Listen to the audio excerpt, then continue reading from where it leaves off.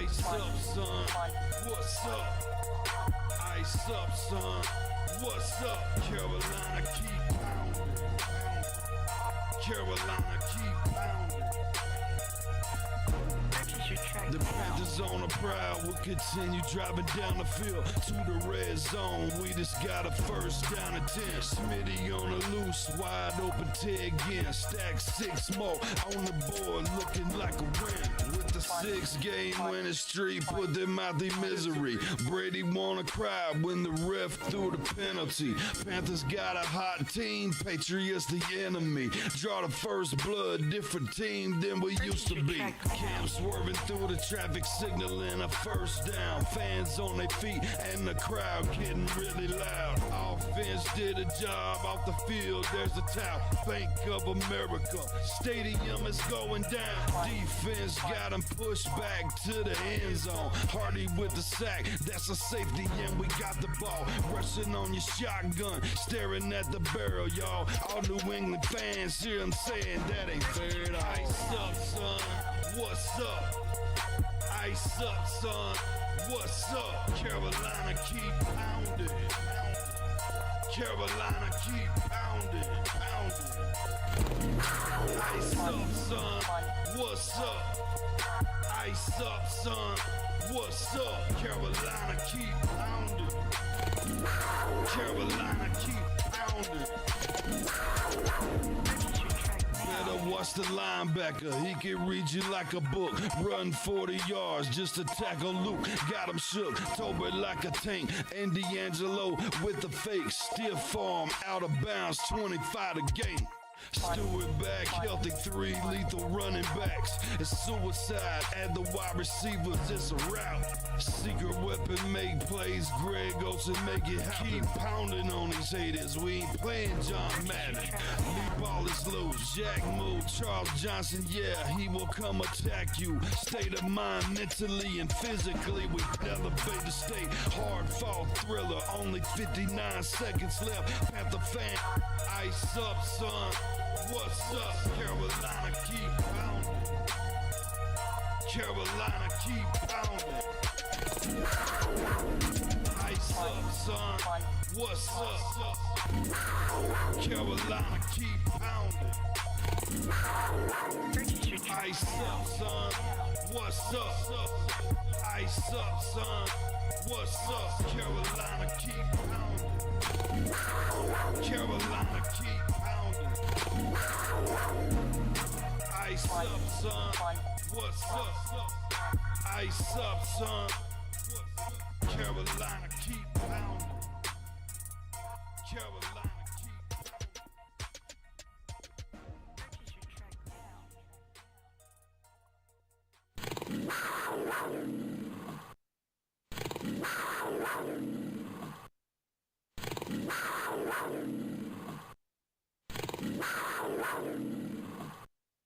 What's up, Keep Pounding crew? Hit that like button, hit that sub button, hit that bell, select all, leave a comment down below if you feel like doing so. When too much work bogs you down, Asana helps you handle it. AI makes it easy to hand off routine tasks and stay focused on important work. That's how work gets handled. Visit us at Asana. Shut up, YouTube. If you like the intro that you see on your screen, go check out Lindara Ty on Instagram. If you want to upgrade your streaming experience and you're a content creator, using her last name first, Ty, T-A-I Lindara, L-I-N-D-A-R-A. Look her up. She'll give you panels, videos, etc. She's looking for new clients, awesome to work with, reasonably priced, and just awesome in general. Lindara Ty on Instagram. Go sub to other Carolina Panthers YouTubers such as C3, Shellytron, Pat Coltrane. All of these on the list, as well as Blissball Champ and Bleeding Blue Podcast. Carolina Bleeding Blue Podcast. Sorry, I always mix that up. And also, major huge shout out to Monster Sub and Grub in Spartanburg, South Carolina. Get yourself a tasty, delicious sub in Spartanburg, South Carolina, if you're stopping by. And if you're ever in Duluth, Georgia, go check out Vinny's Pizza. delicious pizza, man. Best Italian pizza you will ever put in your mouth. Vinny's Pizza in Duluth, Georgia. Go check it out. It's right next to the arena. You can't miss it. All right. I told him I'd shout him out. I did. There you go. All right. Panthers versus Cardinals, week 2. Ding, ding. Let's go. Y'all ready for this? Let's go, baby. You know, I'm a little less hyped up than I was last week. And, I mean, everybody feels that way right now, too. But this is going to be a very, very interesting game, I feel like. We're going to have Blitzball Champion here in just a minute. But, I feel like it's important to run through a presser of Dave Canales as well today that caught my attention.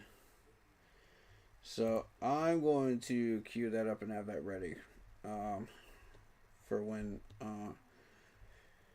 And I don't believe it was the one from yesterday. No, it was this one. It was this one. Yeah, it's this one. Alright. Because there's a lot in this one that I want us to go through and just, you know, unpack, really. Because he's looking to double down on some stuff, and I'm not happy about it. And I don't think a lot of Panthers fans are going to be happy about it either once they hear what he's talking about and they put all the pieces together here. So, especially not after this first game. So, this is the stuff you don't want to hear out of your head coach. Just a heads up warning. It's not going to be great. Shout out T Green, our bounce back game. Yes, sir.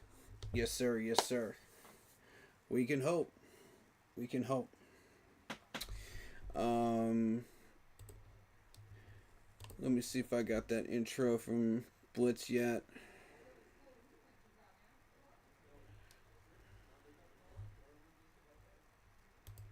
Yeah, I need to copy and paste. There we go.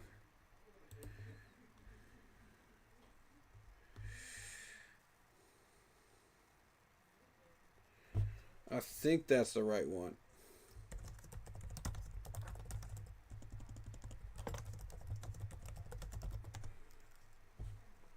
If it isn't, we'll figure it out. Okay, because it was the press conference like either Monday or Tuesday. I think it was Tuesday. It might have been Tuesday or Wednesday, but I was not thrilled about what I saw, and we have got to get ourselves back together as a team. This is just not it. Going 0-1 to start out and just putting on the performance that we did was just not the start we're looking for. We have got to get back on track. We've got to find ourselves again. And, you know, I just hope we can. I hope we can without having to fire a coordinator or a coach this year, you know. I really don't want to do that, you know. We need some stability. We really, really need some stability. Main issue is to stop Connor. Yeah, I agree. Yeah, we'll get into that. For sure, we'll get into that.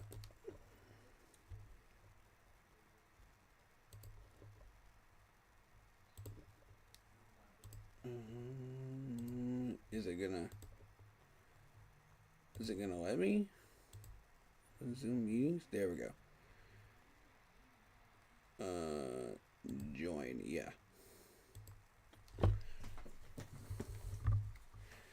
Hey, how's it going, man? Hey, what's good? What's good? Welcome, welcome, welcome.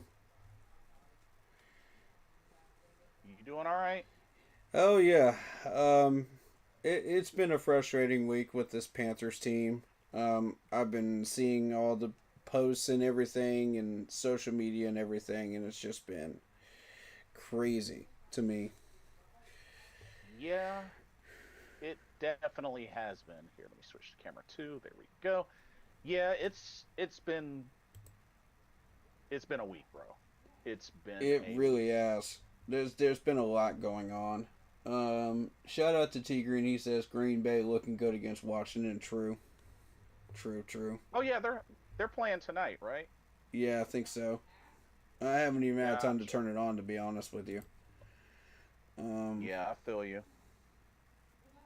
But man, I have to really start with just our fan base. Like the panic. The panic has really set in early without hesitation. That kind of Yeah, bothers me just a little bit. I would agree with that. This has always been a fickle fan base, and it's a fair weather fan base. People are either really hyped up or they're really pissed off at any one given time. And Yeah. it's like, how do you find that balance in between? Because one minute we're wanting to cheer on our team, and the next minute we're wanting to march on Mint Street. It's like, come on. But I mean, it's good reasoning though.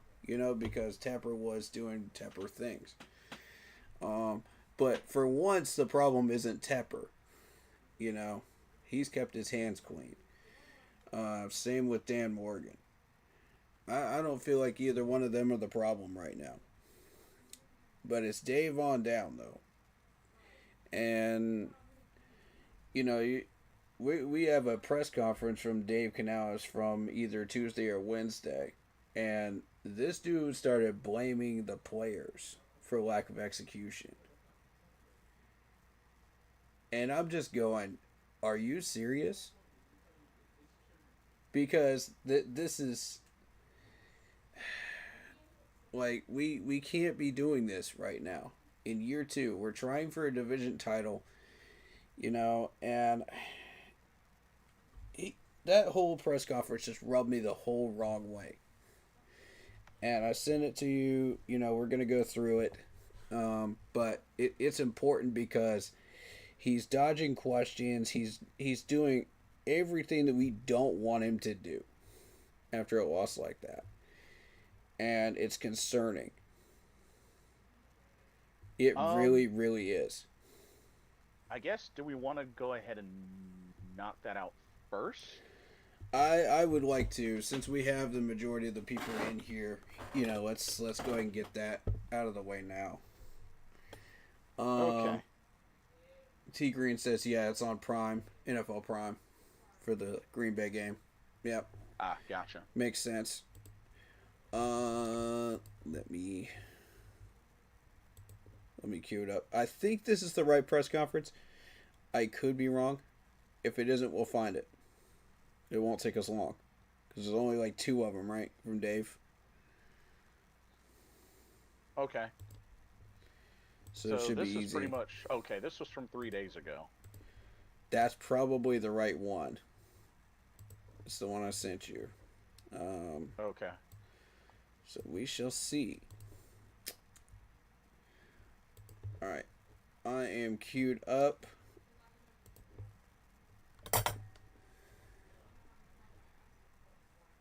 And we're Okay. gonna analyze this. When I say stop, then stop.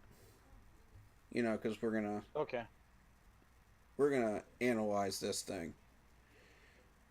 Because I got a bone to pick with Dave, and I got a bone to pick with this whole staff right now. Let's go. 3, Alrighty. 2, 1, go. Right. Really, just a humbling game just to kind of look at where we're at right now. Had a chance to talk to the team and said, look, let's take a picture of this. Let's look right at it, and look at the different areas that we need to improve. And the things that we're looking at are fundamental things that we work on, that we're counting on. And I think the more that we can make the progress tangible for them, something that they can see and say, okay, well, if we work on this, we practice this, this will lead, to success. This will lead to improvement in what we're doing. That's the way we try to do it on Mondays. And so we looked at the clips, we looked at the turnovers, we looked at the missed tackles, the fundamental parts of it, looked at the processes at the line, against some pretty challenging looks, some pretty challenging pressure looks that. All right, stop right there. All right, let's address the things that he was just saying right there. This man says that he wants this team to look right at the mistakes that we just made. Mm-hmm. Not avoid them, look right at them. Okay, that's not a problem. Yeah. The problem is, if you can look right at your problems and try to solve them, that's a good thing. If you look right at those problems and you don't solve the same problems that you said that you were pointing out in the next week, what are you really accomplishing? So, and he's over here saying, okay, fundamentals. Okay, normally I would agree with this. If we were actually playing well, we came close and we just didn't cut it. Okay, then you can use the fundamentals excuse. Yeah. We're looking at bad play calling in bad situations. We're looking at overusing players. We're looking at just crunching the numbers incorrectly that Brad is giving Dave Canales, to call these plays. So, I was crunching the numbers as far as like how big Xavier Legette is versus the corner he was facing up against. So it was like a 6'2" versus like a 5'8" corner, right? You put that laterally down the field, down the sideline, 6 out of 10 times, Xavier Legette is going to catch that ball in a 50-50 situation. He is a step or two faster than that corner that we played against the Jacksonville. So, you're going to tell me fundamentals? Try again, Dave. He's also going to tell you he likes the matchups too. Which, the matchups are good. That's not the problem here. The problem is, what routes are these guys running? Because if Bryce Young is sitting back there for 10 minutes and cannot find an open receiver, and gets chased down, whose fault is that? Some people in the fan base will say, oh, Bryce Young is holding on to the ball too long. Oh, it's all Bryce's fault. Ain't wrong. When these guys are not winning their matchups because of bad routes that they're being given, then what are we really accomplishing? Nothing. Bryce Young is not the problem. Well, another thing folks have got to remember, what about the drops? Because my thing is this. I'll give you not the drops. Every single pass from Bryce has been on him. That's there correct. have been plenty of passes where it's hit the receivers in the hands and they don't bring it down or it gets knocked out. So at some point, folks have got to understand that being that it's a team sport, I'll use stats for an example. Stats can only tell but so much of the story because you have to also think. You could throw perfect balls, but it's the receivers, whoever they are, it's up to them to make the catches. I mean, heck, shoot. Look at the movie Necessary Roughness. Mm-hmm. Featherstone. That dude got open easily. Mm-hmm. Easily. Mm-hmm. Every single time. But what happened? Every ball thrown to him. Couldn't catch. Now, whose fault was that? Like I said, Mm-hmm. wide open, easy. Ball put right on him. But if you don't catch, that's only, you can throw a perfect ball as much as you want. And I'm not saying that every ball Bryce has thrown has been perfect. It hasn't. Mm-hmm. But there are too many passes that have hit the hands of the receivers Mm-hmm. that get dropped or Good get point. knocked out or they don't bring them down. And it's Good like, point. When they were open. Mm-hmm. Yeah. So it really takes two, and not only that, that's why stats only tell so much of the story. Mm-hmm. Because when you think about it, when the others don't do their part, it's going to affect you. Whether you're the quarterback, O-line, whatever. Mm-hmm. I mean, if you don't get time to throw the ball and you get sacked a bunch, sure, of course you're not going to have as many passing yards because you're not going to have the opportunity to pass the ball because you don't have protection. Correct. Of course your passing yardage is going to be low.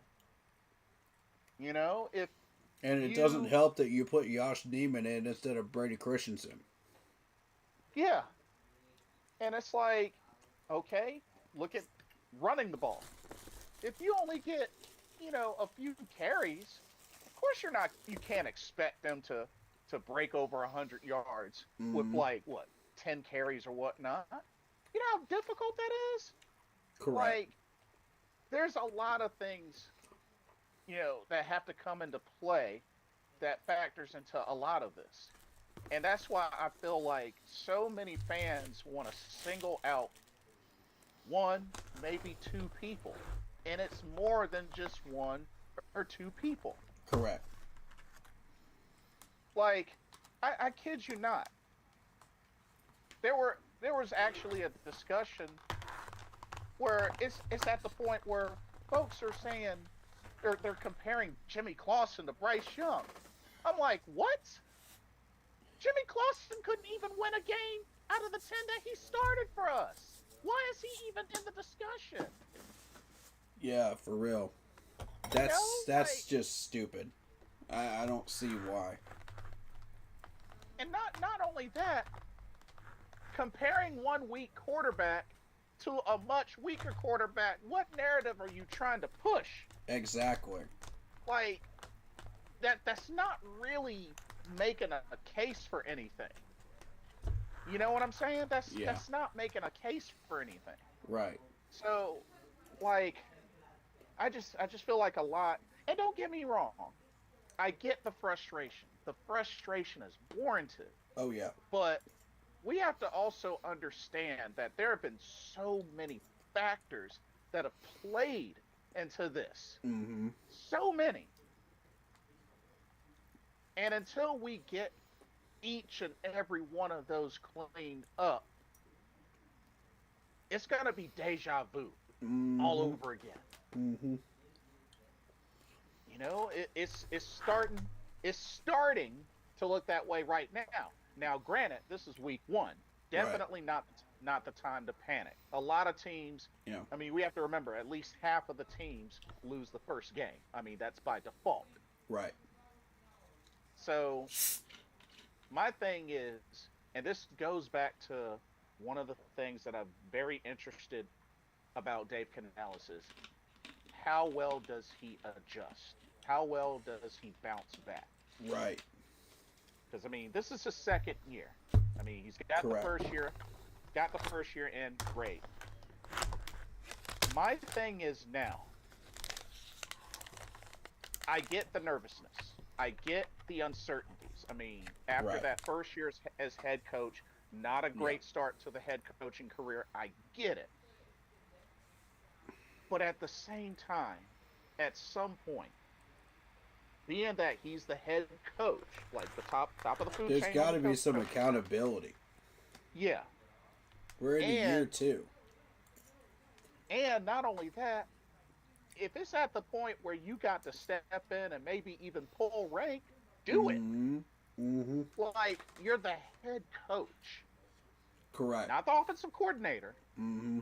You're the head coach. Not quarterback's coach. Not wide receivers coach. You're the head coach. Right. Like, he needs to stop thinking like an offensive coordinator and more like a head coach. Yeah.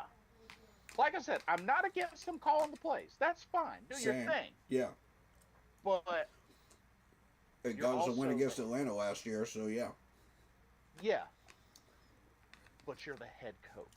Like, at some point, you have to factor in that no matter what could be said when it comes to, like, personnel, coaching, anything like that, you have to also understand that you really have the final say-so when it comes to that, being the head coach. Correct.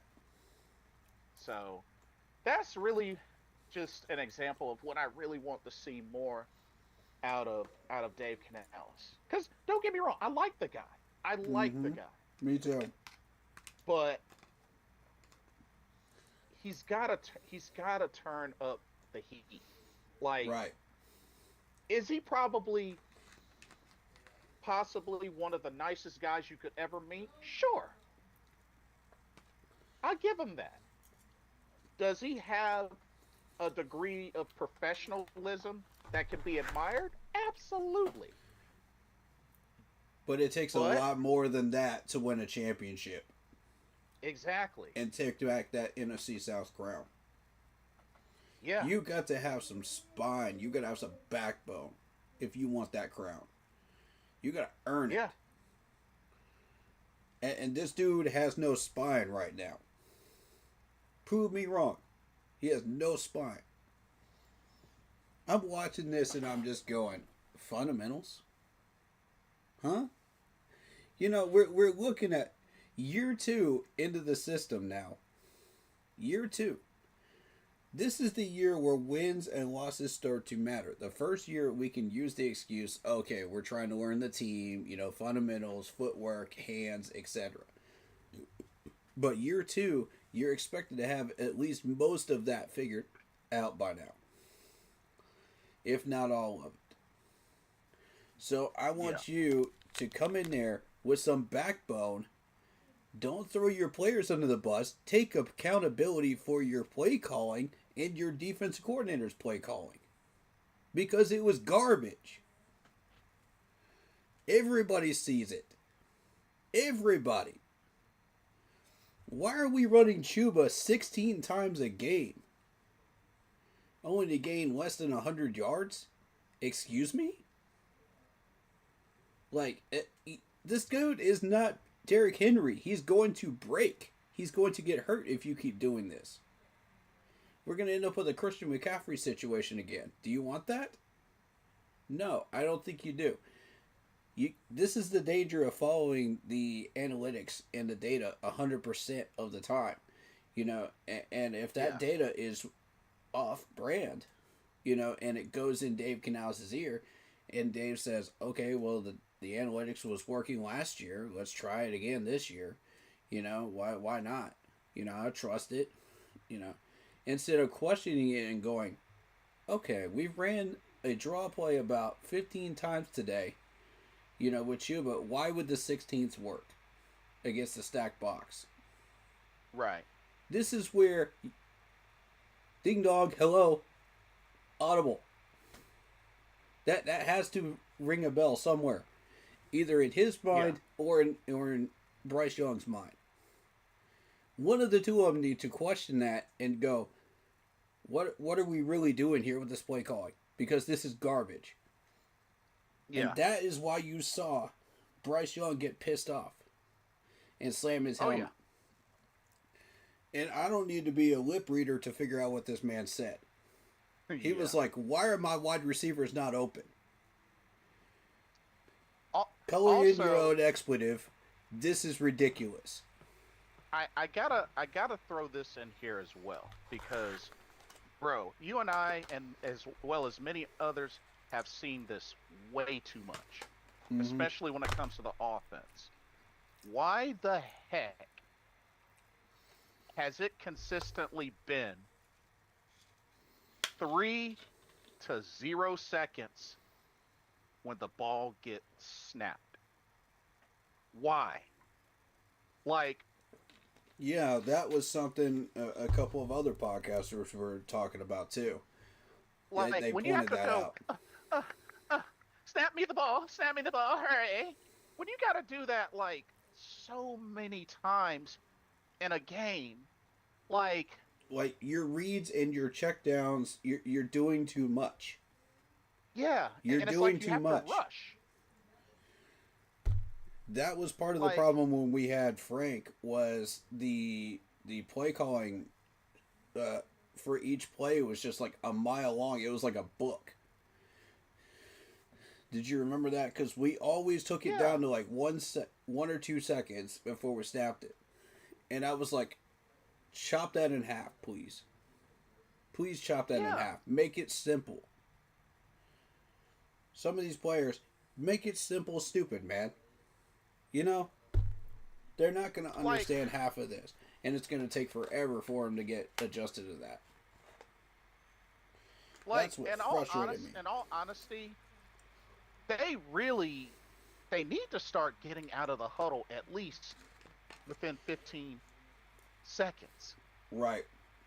Like, when you are already below 10 seconds coming out of the huddle, you have to rush, Correct.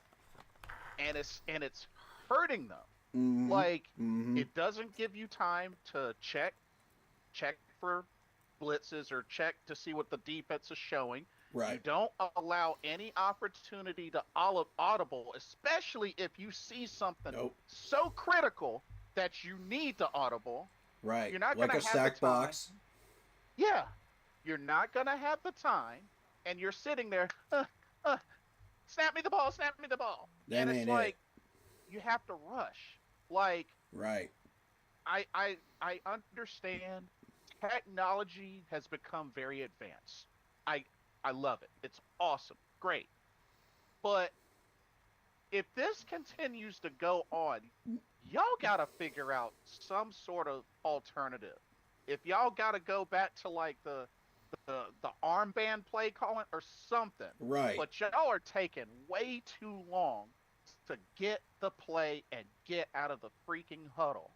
And you can't blame it on headset issues. You can't blame it on all these other stupid excuses. This is just too long. I mean, Simply even if it's a headset issue, you have alternatives. Right. Like, we wasted a timeout in the first half. We wasted a timeout in the second half because of this. Figure it out. it's like This isn't rocket science, guys. This is football. Like, it is so ridiculous that they're breaking out of the huddle with Unbelievable. like 8-7 seconds left. I'm like, what are y'all doing? Like, Right. You're burning clock. Oh, desperation time. Hike. Oh, hike. You know, it's like, come on.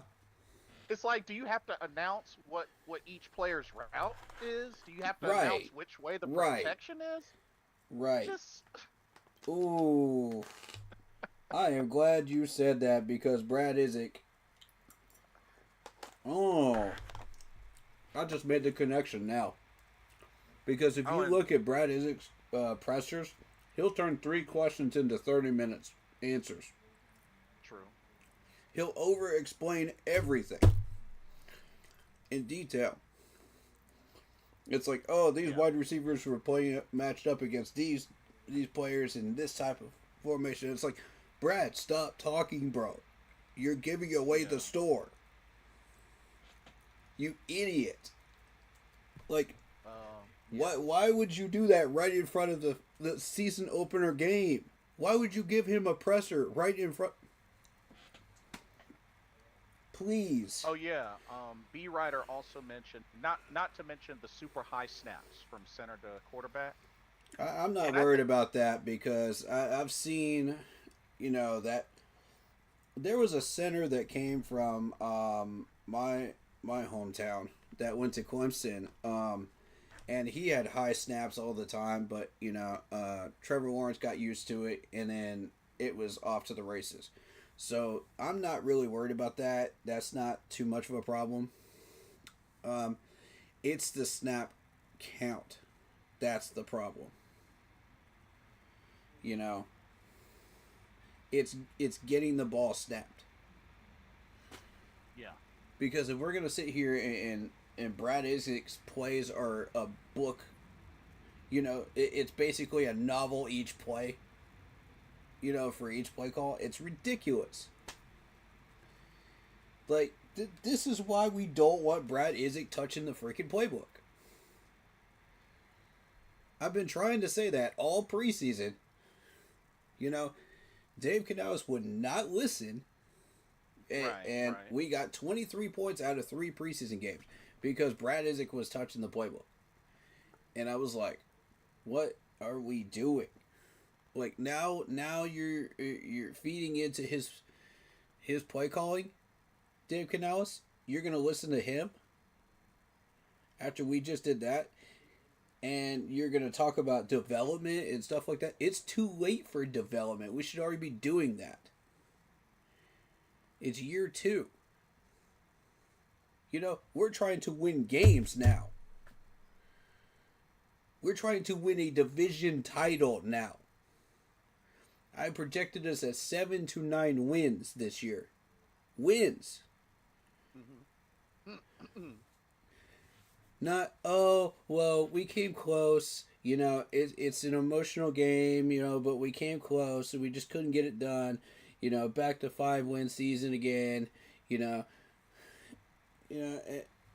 We blame it on development, and we blame it on just learning, the team again. No. It's year 2, Dave. Yeah. Oh, yeah. It's year 2. And a gyro has had far than enough time. Way more than enough time to get his act together. I say if we lose to the Cardinals, we call for his job tomorrow. We call for his job tomorrow. Because you're going to sit there and play nickel and dime defense when we don't need to be playing nickel and dime defense? Bro. Got no pass rush. In a 3-4 defense, you are supposed to have good, sturdy linebackers back there. We don't have a strong linebacking core. You asked for these linebackers, the gyro.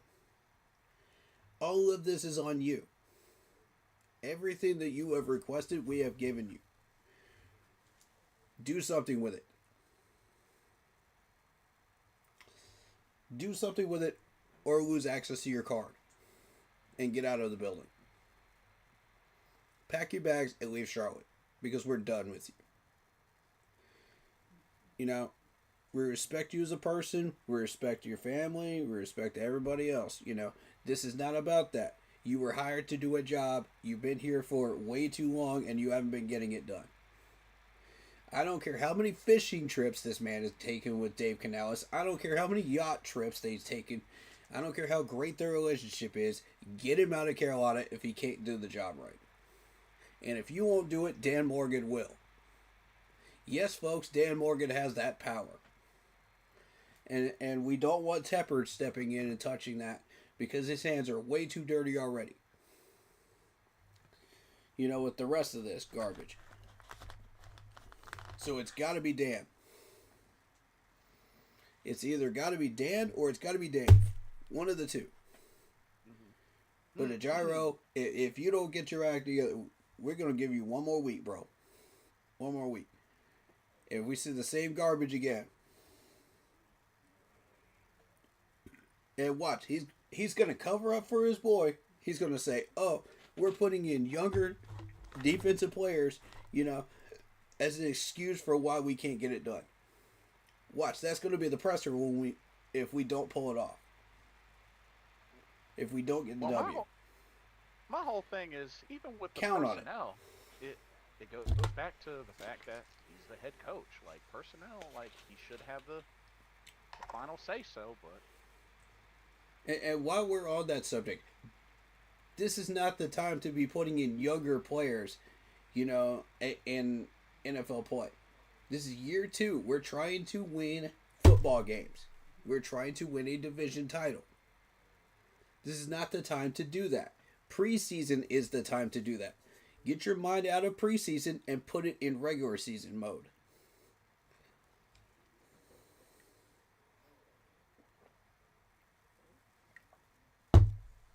You know, putting in younger defensive players is not going to be a valid excuse if we lose to the Cardinals. I'm sorry, it's just not. You've had every opportunity to get this done. You've been given all the players that you can need. If you don't use that talent, that's on you, Gyro. I'm sorry, the buck stops here, bro. With all due respect. Yeah, seriously. We've been trying to tell you. We've been trying to warn you for about a year now. You have failed to heed those warnings. You have failed to heed everybody's warnings out there of these podcasters, and you have kept doing the same garbage over and over and over again. And one press conference today is not going to save you. Yeah, you might have said all the right things during that press conference, and I give you bonus points. I give you cookie points for the fact that at least one of our coordinators knows how to keep his trap shut and not give away the game plan. But it's not enough. You've run out of excuses. You've run out of rope. Get the job done. You pass or fail on your own merit, Gyro. And Brad, we're coming after you next. Get yourself ready. I'd start packing that house right now, Brad. Because we're coming for you next. Make no mistake about it. If we get another performance like that, yeah, you're next. I'm giving you till the end of the year. I'm gonna be generous. Fair. That's fair. That's definitely fair. And the reason I'm gonna be generous with him is because we did put up points last year. The system does work. But if you're relying 100% on analytics, Dave, I'm talking to you. Stop relying on 100% analytics. Start questioning these play calls that you're doing. And I mean, double check yourself before you call a play. Because, and if that costs us a couple seconds off the board, that's fine. But double check yourself. Check the formations, check what we're doing pre-snap, and make sure you know that what you're calling is going to work. Or at least have a really good chance of working in that situation. Don't rely on percentages 100%. Yes, there are times when you do need to rely on the percentages. There are times when you need to rely on your own gut as a head coach and your own knowledge. You know, you're supposed to be an offensive coordinator, you know, posing as a head coach, Dave Canales. You should know these defensive formations just as well as a Gyro should be knowing these offensive positions that these guys are in. That's your job. Be the idea. Because what's the opposite of what you're doing? That. So there's no reason why you can't figure that out and adjust. Now, we'll deal with the audibles with Bryce later. Right now, we got to get this play calling set and figured out.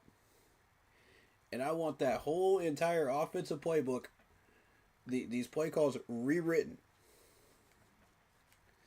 into something more simple for these guys to understand. If that takes if that takes a week for us to adjust, fine. Fine. But we better not lose to the Cardinals doing it. Because we have a favorable record against the Cardinals thus far. Overall. We do not want to compromise that right now. And this team has a habit of going in and saying, oh yeah, we're going to hype up this. We're going to hype up all this. Hype it up to the moon. Oh yeah, rah, rah, rah. These wide receivers are the best in the league. These running backs are the best in the league. We got 2,000-yard rushers. Yeah, yeah, yeah, yeah, yeah. And then you go into the regular season, first game, and you lay an egg. Every single year. Every year. This is 4 years straight of this. And I'm sick and tired of it. Stop hyping them up. Let them know we're serious. And start winning games. Do something with this talent, please. Otherwise, what's the point of going out and spending all this money and getting all these draft picks? What's the point? If you're not going to put in the starters that are supposed to be there, Dave, and start getting your head out of the clouds and start being a head coach. This is not your toy to play with, Dave. This is a $1 billion franchise. Start acting like it. This is a business. Just as much as it is fun. And I get it's fun, okay? If I was a head coach, I'd be having fun too. I get that. I'm not arguing that right there. But there are times when it's fun and it's time to get down to business. And now it's the time to get down to business. And show the league that we are not the bottom feeders of the league anymore. I'm sick and tired of this team being the bottom feeder. Everybody would agree with that. Everybody here in this fan base agrees with that. They just don't agree on how to get it done. As far as making it happen. As far as getting these wins and making it happen. So, what you're going to hear in this press conference is him blaming the players, using them as a crutch, dodging the questions, and him just giving all the wrong answers that we're not looking for right now. Mm-hmm. That's what you're going to hear. I'm going to read through my chat real quick. I'm going to let you catch up on yours, and then we're going to start back again. Oh, I'm good on my end. So you go. Okay, let's see.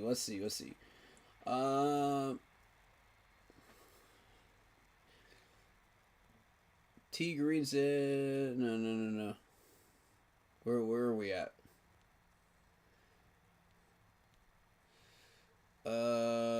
Problem is Bryce is not hitting open receivers. The O-line is giving him time and the pocket. It's not that. It's the play calling, bro. It's the play calling. The O-line did fine. And actually, credit to Josh Newman because he did have a pretty decent game. Which he'll talk about that too in this presser. Tom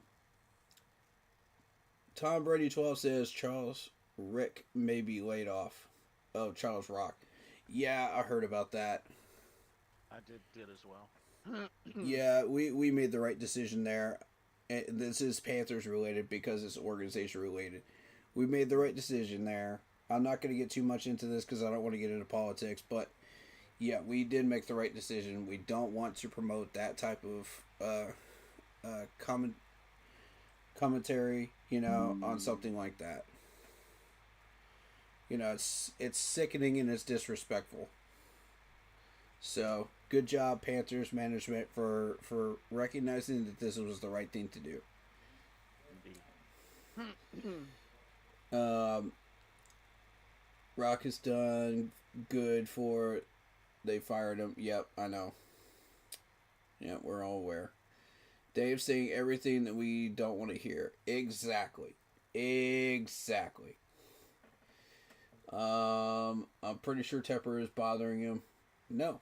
Actually, Tepper needs to keep his hands clean of these whole situations because he has been personally responsible for 3 years of our failure so far, maybe 4 of it. That's a good point. You know, we have gone through how many head coaches, how many coordinators because of Tepper alone. Yeah, he needs to wash his hands clean of any type of regime change right now. And just let these boys do their thing for right now. Agreed. Now, if Dan Morgan starts screwing up, then that's when he would get involved. But it's not Dan Morgan's fault. He has given you the pieces you need. He has gotten everything that they have requested. So he has done everything that we've asked him to do. Trading wise, free agency wise, drafting wise, everything. So I give him the green light. He is fine. It's Dave Canales on down. That's the problem. Now, you can distribute the blame however you like. But Bryce Young is not the problem right now. For once. Tepper is not the problem right now. For once.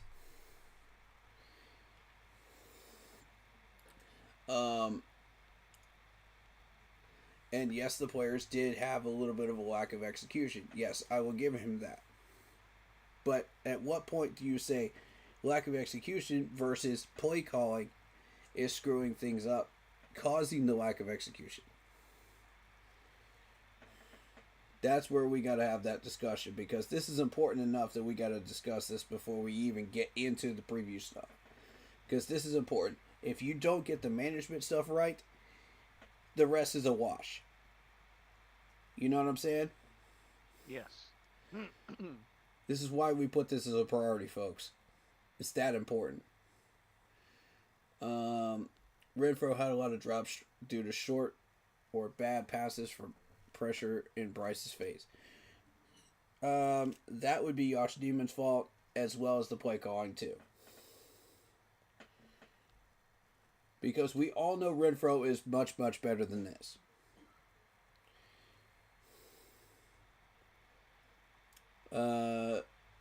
Yeah, it sucks. I'd rather for them to have Brady Christensen. Yes. Mm-hmm. Same. Absolutely. I called him out on that, right even before we even started. The depth chart said Brady Christensen is second string. Why are you not going by the depth chart? How did that suddenly become Josh Neiman? There's no injury of Brady Christensen. Explain this, Dave Canales, because I have no clue what's going on. By the way, we barely saw Nick Scordon or Princely either in that game. Can you explain that one too? So it's use of players, not just play calling. Same old Panthers coach needs some balls, stop being a good guy and put some fire into this team. Yeah, exactly. Yes. Agreed. Definitely agree. Yeah. This is the time for him to start getting into everybody's butt. Especially his coordinators. If I was Dave right now, I would not even hesitate to go into Brad Isaac's office and Ejira's office and say, what the heck are you doing? Wake up. This is regular season. Get your act together. Get it done, or you're out the door by the end of the year. Pretty much. Period. I would just lay it on thick. Bare bones, lay it on. And let him know. And then I would call a meeting with Bryce and I would say, here's what we're going to do. I want you to audible. Create a set of audibles. I don't care what Brad created for you. Create a set of audibles that you are comfortable with. That are short, conversative, audibles. That you can get in there in less than 5 seconds. And I would say, we are going to win these games. And I've already told Brad Isaac and Ejiro, get it together. We're going to go out there and we're going to ball out. We want this division. We got to go take it. And I would fire them up. I would hype them up. And, I talked to Chuba, do the same thing. Talk to Derek Brown, do the same thing. And get all the leaders together and just be like, we're going to win. We're going to win, or I will find somebody in this office that will win. Yep. Because I'm tired of this. I have watched the Panthers' history. I have watched what we are doing, and I'm sick and tired of it. I'm hungry for wins. Now is the time to go for wins. It's not the time to develop. It's not the time to just sit around. You should be doing that stuff anyway. Now it's the time to win. So, put me in, Dave. Put me in. Give me 30 minutes in that locker room. I promise you. I'll have them ready to run through walls. Did we want to resume the video? Late play calling, correct. Oh, you still got. Yeah, Dan Morgan is hiding in the cut, just like Tepper. No, I don't think so. I don't think Dan Morgan is the problem here. I don't think he is. He's done everything he's supposed to do. Shout out David Screws. He says, we have to get this together. We have the talent that needs to be used. Last week, it looked like we had nothing because of the vanilla play calling on defense and the offense. Get it together. That's right. Hope everyone is well. God bless. God bless. Great comments, man. Great comments. Yes, you're exactly right. All right, let's get this moving. Go. That we can certainly sort out, that we have done in the past, and to make sure that we're on the same page. So, we just watched you're it all together on the as a same team, page, huh? Started with special teams clips and went to offense, went to defense, and said, let's look at this and let's take a step forward. And we know what we're working on going into this week. Do you now? mentioned the looks for the snap. Stop it right there. Stop it right there. Do you know what you're doing? Do you know what you're doing next week? Are you all on the same page? Because it sure looked different to me. Didn't seem that way in week 1. So When Bryce Young is slamming his helmet and cursing you out on the sideline, that was not on the same page, Dave. I'm sorry, it's not. Anybody who is 81 watching this game could figure that out. Come on, Dave. Quit lying to us, dog. In the pre-snap. Go. You had 2 drives that were around 5 minutes each, with very limited first down earned. Yeah. How do you guys kind of, I don't want to say more urgency, but like, how do you get this to snap off quicker, or is that strategic that you guys are There's your leaving it question, down boys. to the last couple of seconds? Yeah, no, it's not. That's something that we want to get better at. So we'll be attacking that this week. You guys, get better at it, 7 huh? straight games have given up 200 or more rushing yards. You brought up the tackling. wait, hold on. Like, do you just Stop. Something y'all want to get back? Y'all been doing that for like the last 2 seasons. Right. Like, what? I mean, I know this your second year, but you had to have noticed that was a thing even during your first year. Exactly. Like, what? Exactly. Wow. Well, Wow. Oh, you're still working on that. Okay, so while you're working on that, I guess we should sit on some L's then during the regular season, right? yeah. And act like nothing is going on, right?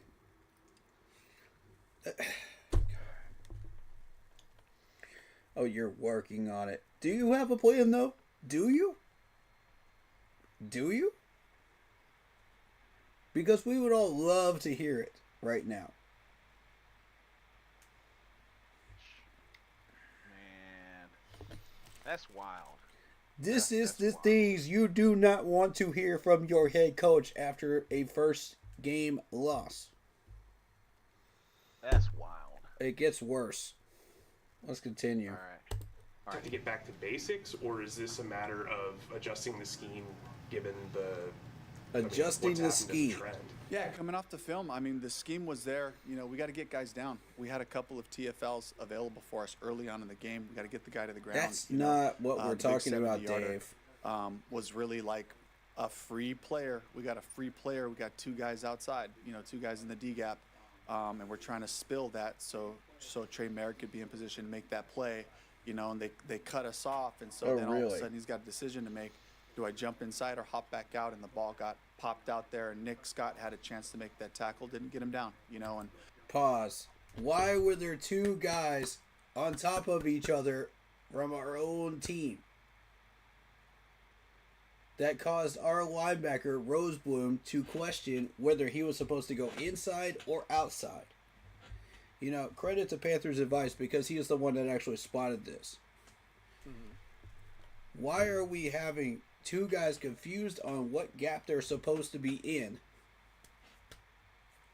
landing on each other, and from our own defense? Meanwhile, the offensive lineman is free to get to the second level and take on Rosebloom and take him out of the play. I assume that's the play we're talking about, right? Yeah. Where Travis Etienne went 15 yards on us. Good Lord. Who had been calling the schemes? Was it Russ? And you're going to blame Trayvon Moehrig for that? You're going to blame Moehrig for that? Excuse me? Moehrig was not on the defensive line. He was nowhere near the defensive line. He is your emergency safety to make sure that this dude doesn't score. Yeah, the idea is the safety's the last line of defense. Oh, God. Tell me you don't know about defense schemes and run blocking without telling me you don't know about it. You're an offensive coordinator. You should understand this stuff. Like, are you football intelligent or are you not? Because last year I heard you talking about this stuff very intelligently, like you knew what you were talking about. And now it's like a gyro's gotten into your head and you've lost half your brain power to think intelligently when it comes to coverages and run block gapping. Run stopping. Because this ain't it. This ain't it, man. Oh, Lordy. I continue. These are the things that we have to talk about and address. It's a run fit thing. It's making sure you can trust if I do my job, the next guy will do his. He didn't do his job. Operation. 2 people didn't do their job. Where's the disconnect? Is it you not getting the play in fast enough, or Bryce not getting it out of the huddle? A little bit of both, and we just got to keep pushing the whole group, to make sure that we're replicating that, and that's coming to life and walk. A little bit of both. A little bit of both. Shout out David Newton asking the right questions right now. And Bryce not getting to see the field. It creates more challenges. We have the information we need to get the hots right, to get the protection right, but it's those critical 5 or 6 seconds. It doesn't seem like a lot of time. It's everything, for us to be able to play at the line of scrimmage, get to the right looks and execute. Update on Turk Wharton. But yeah, why are you going down to? He's got a hamstring. He's going to miss a little bit of time. So why are you getting down to 5 seconds before you snap it? Looks like it's going to be in that 2 to 4 weeks somewhere. It shouldn't take 20 seconds to come through all the adjustments and get everybody set. He was having a fantastic game. He had 4 tackles early on, and was really doing a great job getting off of blocks and making his opportunities. So does IR sound like that's a possibility or no? I'm not sure about that right now. Nobody cares about that. Pat Jones had an ankle. He's going to be okay. We checked him this morning. He's sore, but the hope is to. You guys are healthy. To get him, cool. This week for practice. From a play calling standpoint, specifically on that 4th and 1, would you do things differently, or do you still like the play call after watching tape? We had good matchups. We had what we wanted. We just got to execute it, and that's kind of what we went back to. And Bryce and I had that conversation. It was like he liked the call. We had guys in good matchups, and we just got to execute. Okay, stop it right there. You liked the call. You liked the call. Think about that, folks. He and Bryce both liked the call. Did that call come from the numbers that Brad was shouting in your ear, Dave Canales? Or did that come from you? But either way, you're telling me all three phases were on the same page here? On that play call? Not buying it. Not buying it, Dave. Sorry, I'm not buying it. Yeah, why does this remind me of the Pete Carroll, Marshawn Lynch, Russell Wilson all over again, Super Bowl? Oh my God. I mean, he was a part of Pete Carroll's staff. Yeah, he was trained by Pete Carroll. Umbrella. So are you being trained to lie like Pete Carroll was too? Under pressure? Yeah. Cause ain't no way, and I will stand by that to the day I die. Ain't no way Pete Carroll was all for that play call. No way. No way. Ain't no way. You knew how strong New England's secondary was. Everybody under the sun knew how good that secondary was, and you don't throw it into that. After beast mode got you to what the 1 yard line? No. Exactly. Ain't no freaking way. Ain't no way.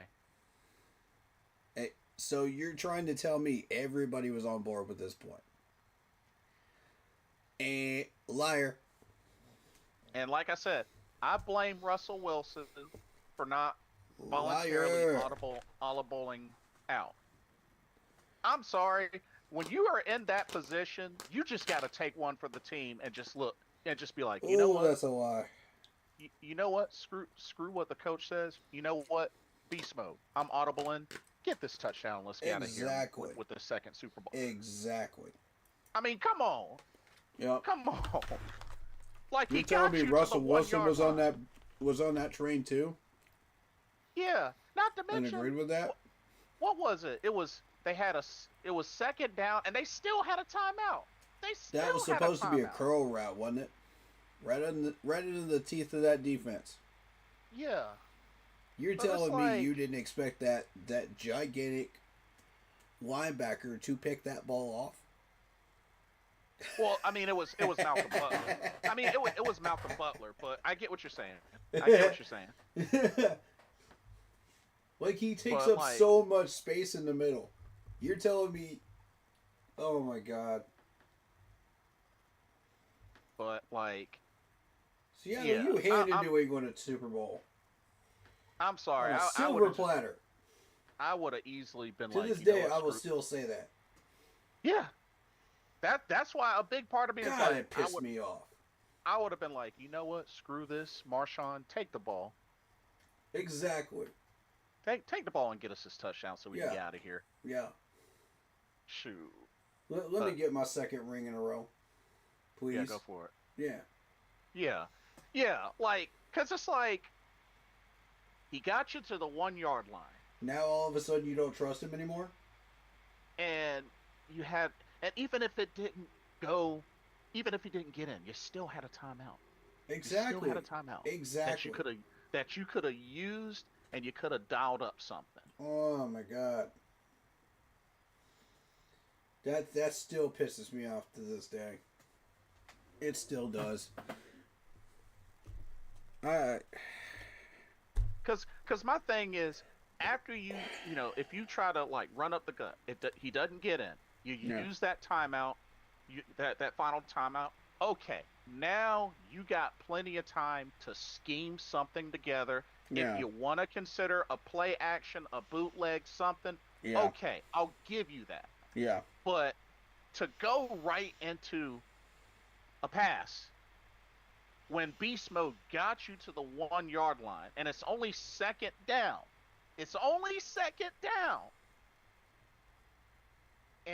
And you sign off on that? Like I said, I blame Pete Carroll for the play call, and I blame Russell for not audibling. Bro, nobody out there believed that was the truth. Pete Carroll. Nobody. Name me one person in the football world that had any type of football knowledge that believed that.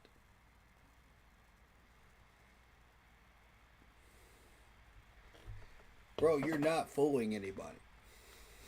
Oh, and just for the record, because there may be some folks watching this that may not know who Marshawn Lynch is.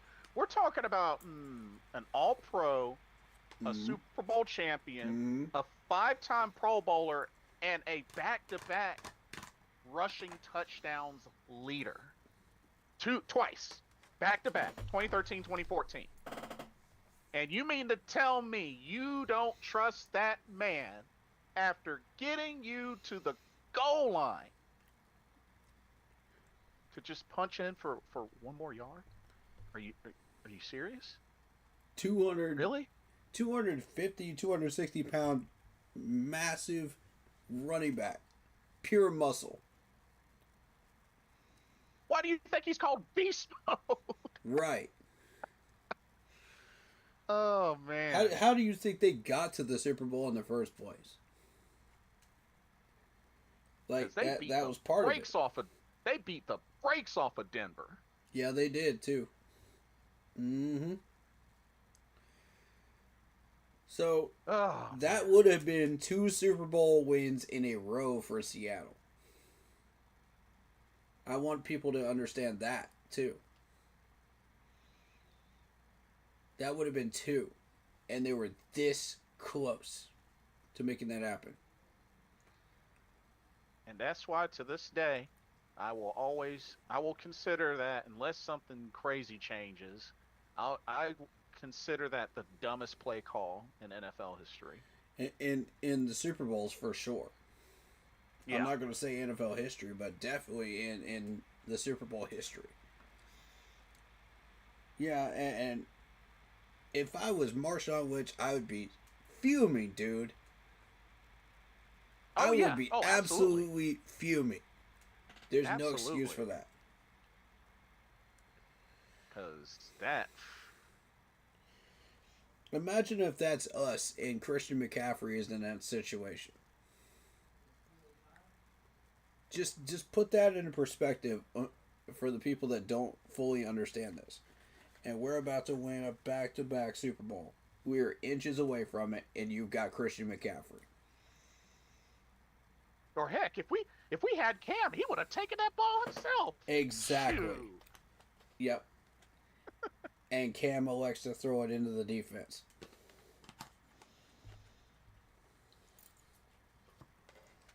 Yeah, just... In his prime. I respect Pete Carroll, but that's like the one asterisk that just bugs me about it. That's the one asterisk. All right, Dave, we done caught you in 1Y. We done caught you in 1Y, dog. Let's go. Try to throw the ball away, or was it just off the mark? And if so, would you rather him take the shot just in case? Even I thought it was kind of a miscommunication. Was Xavier going to break to the front pylon or go to the back pylon? Miscommunication. I think he was taking a shot to the back pylon. That's what we're going with. That's supposed to be a rub route, and did T-Mac run the right route? Ooh. On the 4th and 1? Ooh. No, it was not. Describe what you saw on that play. I mean, it looked like also Bryce had pressure. What did you see, and what do you think should have happened? Yeah, I just think execution in general. I don't want to get too specific about our execution. Hit T-Mac a couple times on 3rd downs. What did you think? Stop. Execution. That's what we're going with.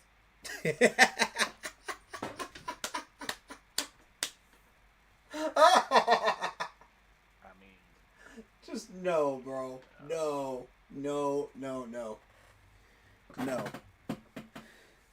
Dude.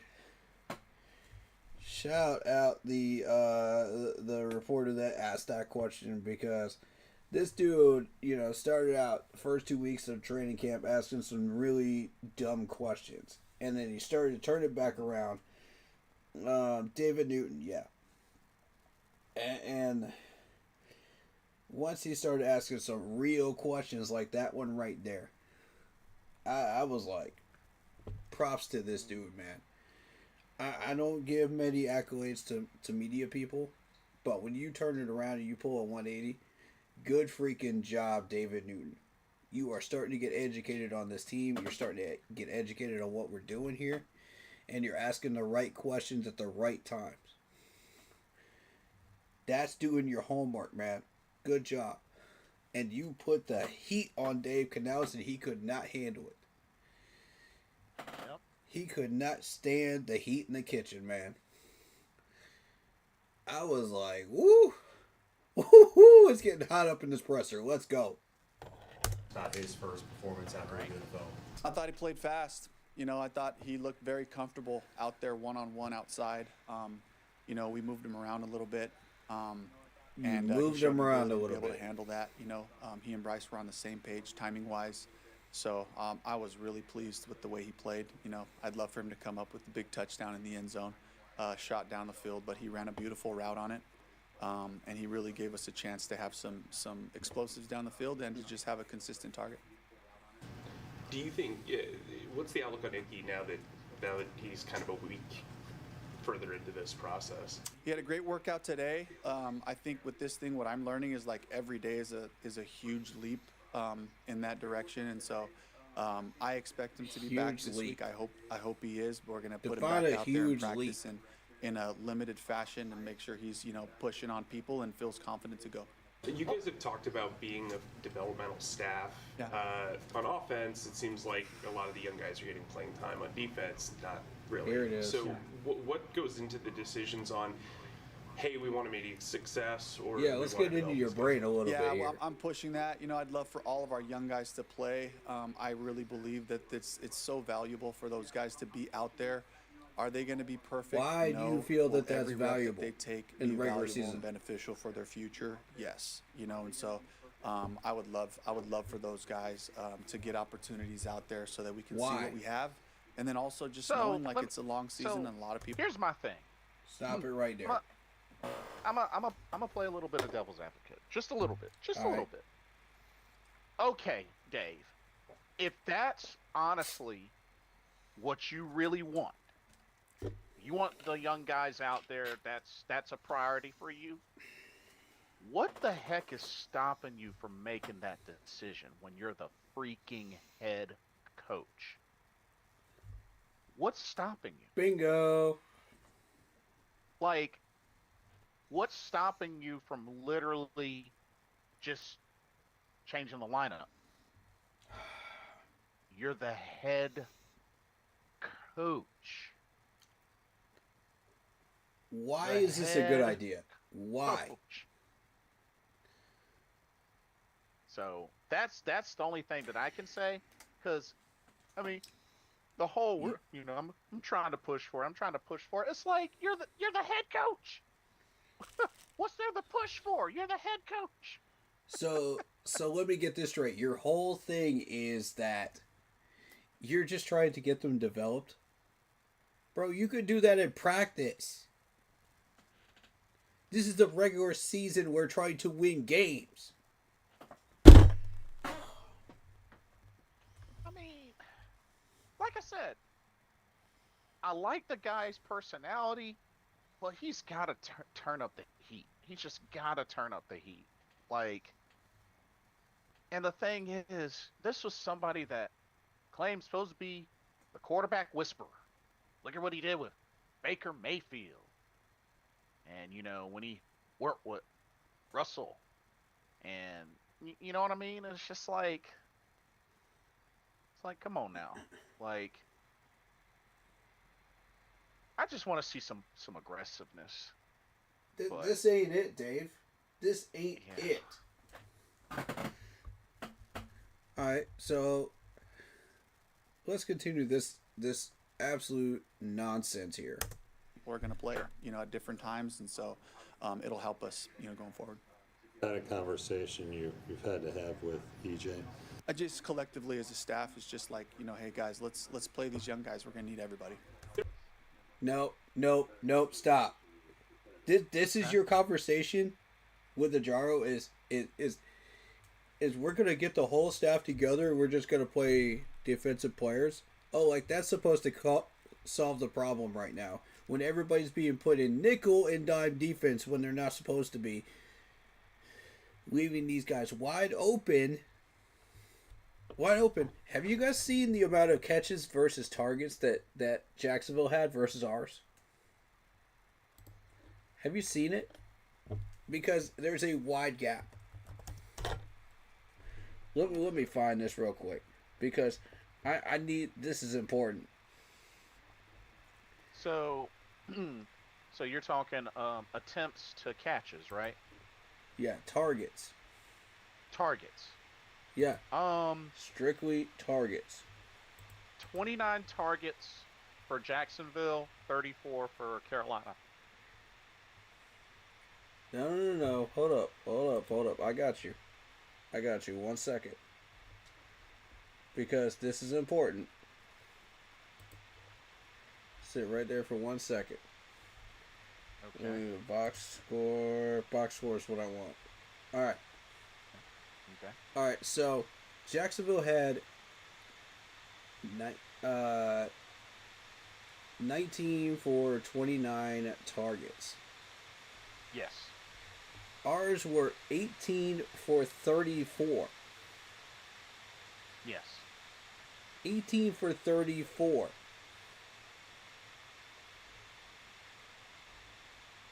And they had 9 pass deflections against us. 9. You want to tell me why that makes sense right there? Well played. Well played. We had 4 pass deflections versus their 9. Which means we are not pressing these wide receivers. We are not pressing these guys. Yeah. At all. We're letting them catch the ball. But we're stopping them for the yards after the catch. But we're letting every single one of them catch the ball. Versus ours. If they drop it, they drop it. That's on them. But the fact that this is turning into 24 yards long, 23 yards long, 10 yards long, 11 yards long, 7 yards long, and that's just Etienne by himself, is embarrassing. You let a running back get 7 yards on you without playing press defense. A running back. Unacceptable, Ajaro. Unacceptable. And this has been going on since last year.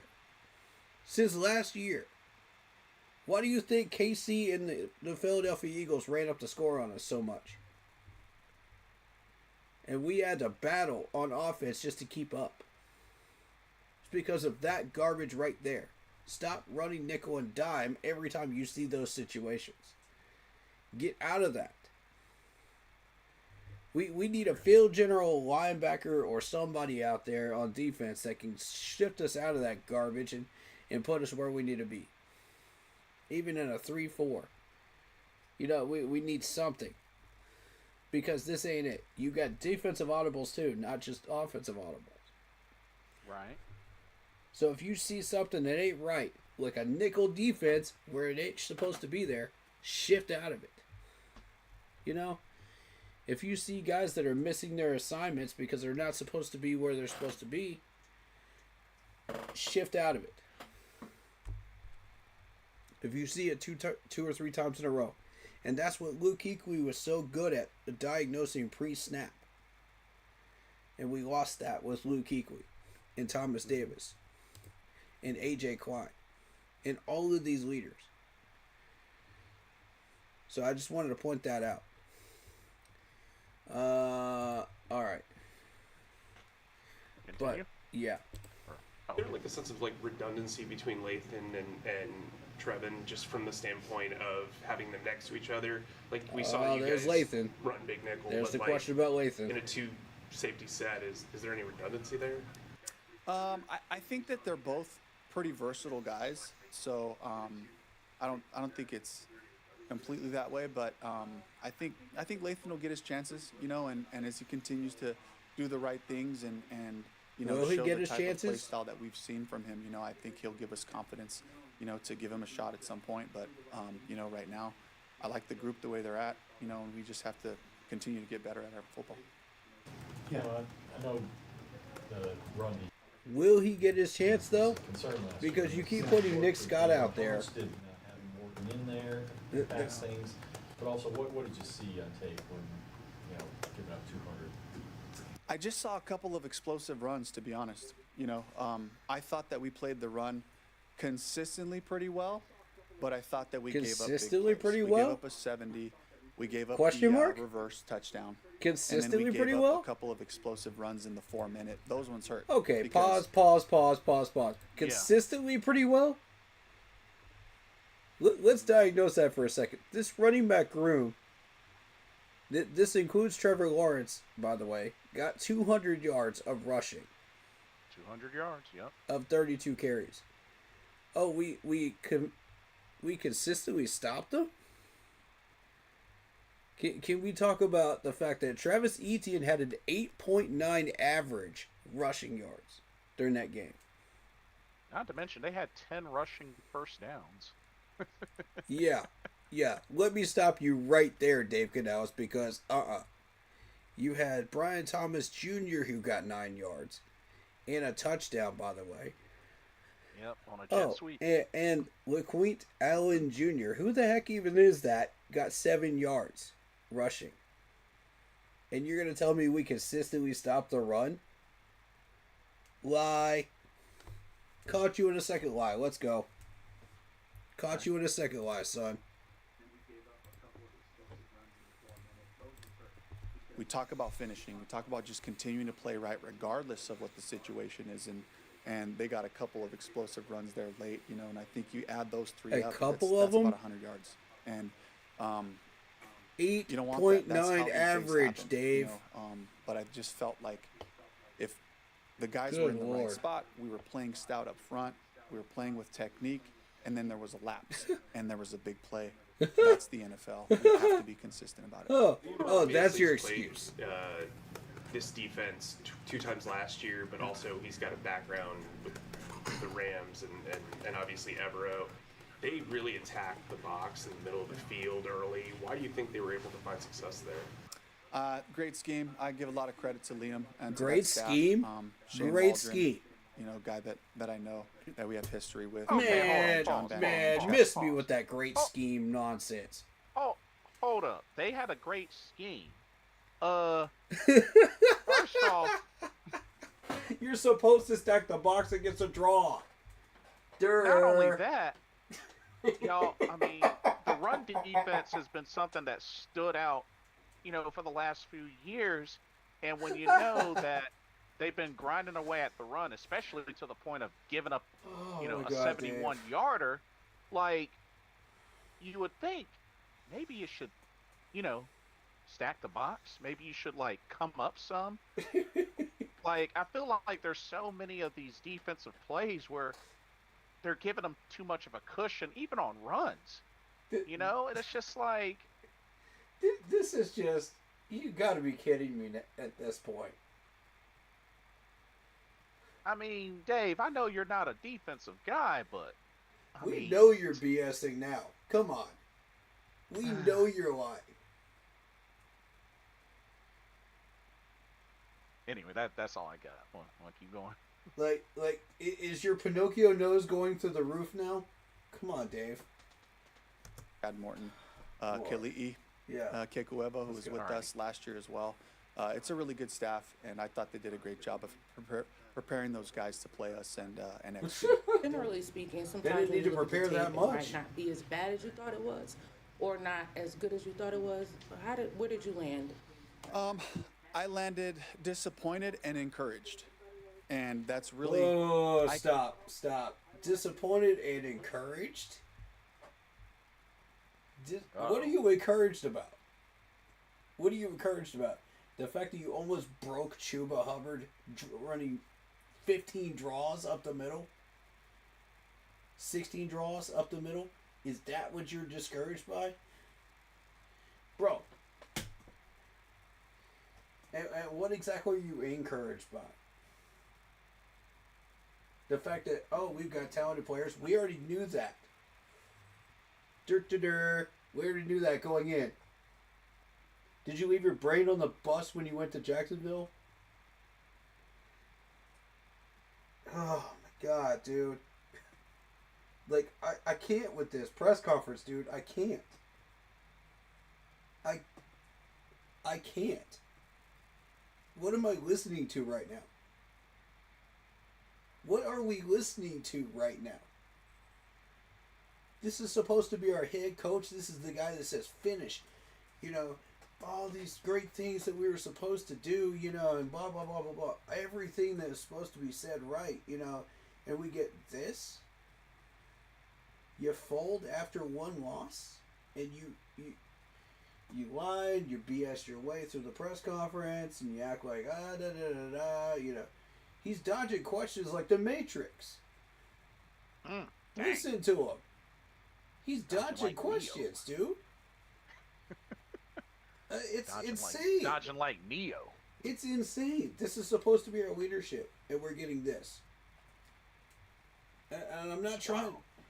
I'm not trying to throw a smoke, man, but I'm just trying to call out stuff for what it is. Yeah, it's got to be addressed. It's got. Yes, it does. It is that important at this point. Like, whatever we'd say after this, you know, to prepare for the Cardinals game will be short. You know, it'll be easy to get through. Yeah, it'll be pretty straightforward. Yeah. I can sense that from this group as well. I can sense that they know that we have a team that can be good, that can play a really good brand of football. I can sense that from the feeling I got in our team meeting. The look in their eyes, the disappointment afterwards, but also this sense of like, guys, we can do better than this. I think we have a really talented group on the offensive side. I think we have a really talented group on the defensive side. Our special teams units covered well with a bunch of young guys out there. They protected well in punt protection and some of those things. Stop. We don't care about punt. We don't care about punt protection. We don't care about punt protection. That's not the coverage I want to talk about, Dave Canales. I want to talk about the fact that Evero Gyro keeps putting us in nickel defense. Nickel freaking defense when we're not supposed to be in nickel defense. That's the type of coverage I want to talk about. I want to talk about the fact that these guys are getting all of these catches when they're not supposed to be getting these catches. We're not pressing on them. Yep. That's the type of coverage I want to be talking about. I don't give a rip about punt coverage. Punt coverage and special teams will take care of itself. Yeah. Okay. That's not what's the most important. That's the special team coach's job, not yours. Yours is to get this team straightened out.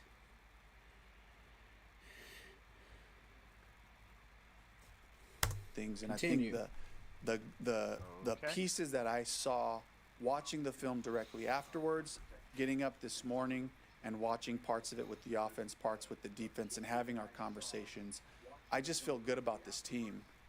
I don't feel good about the. How the heck do you feel good about this team? How?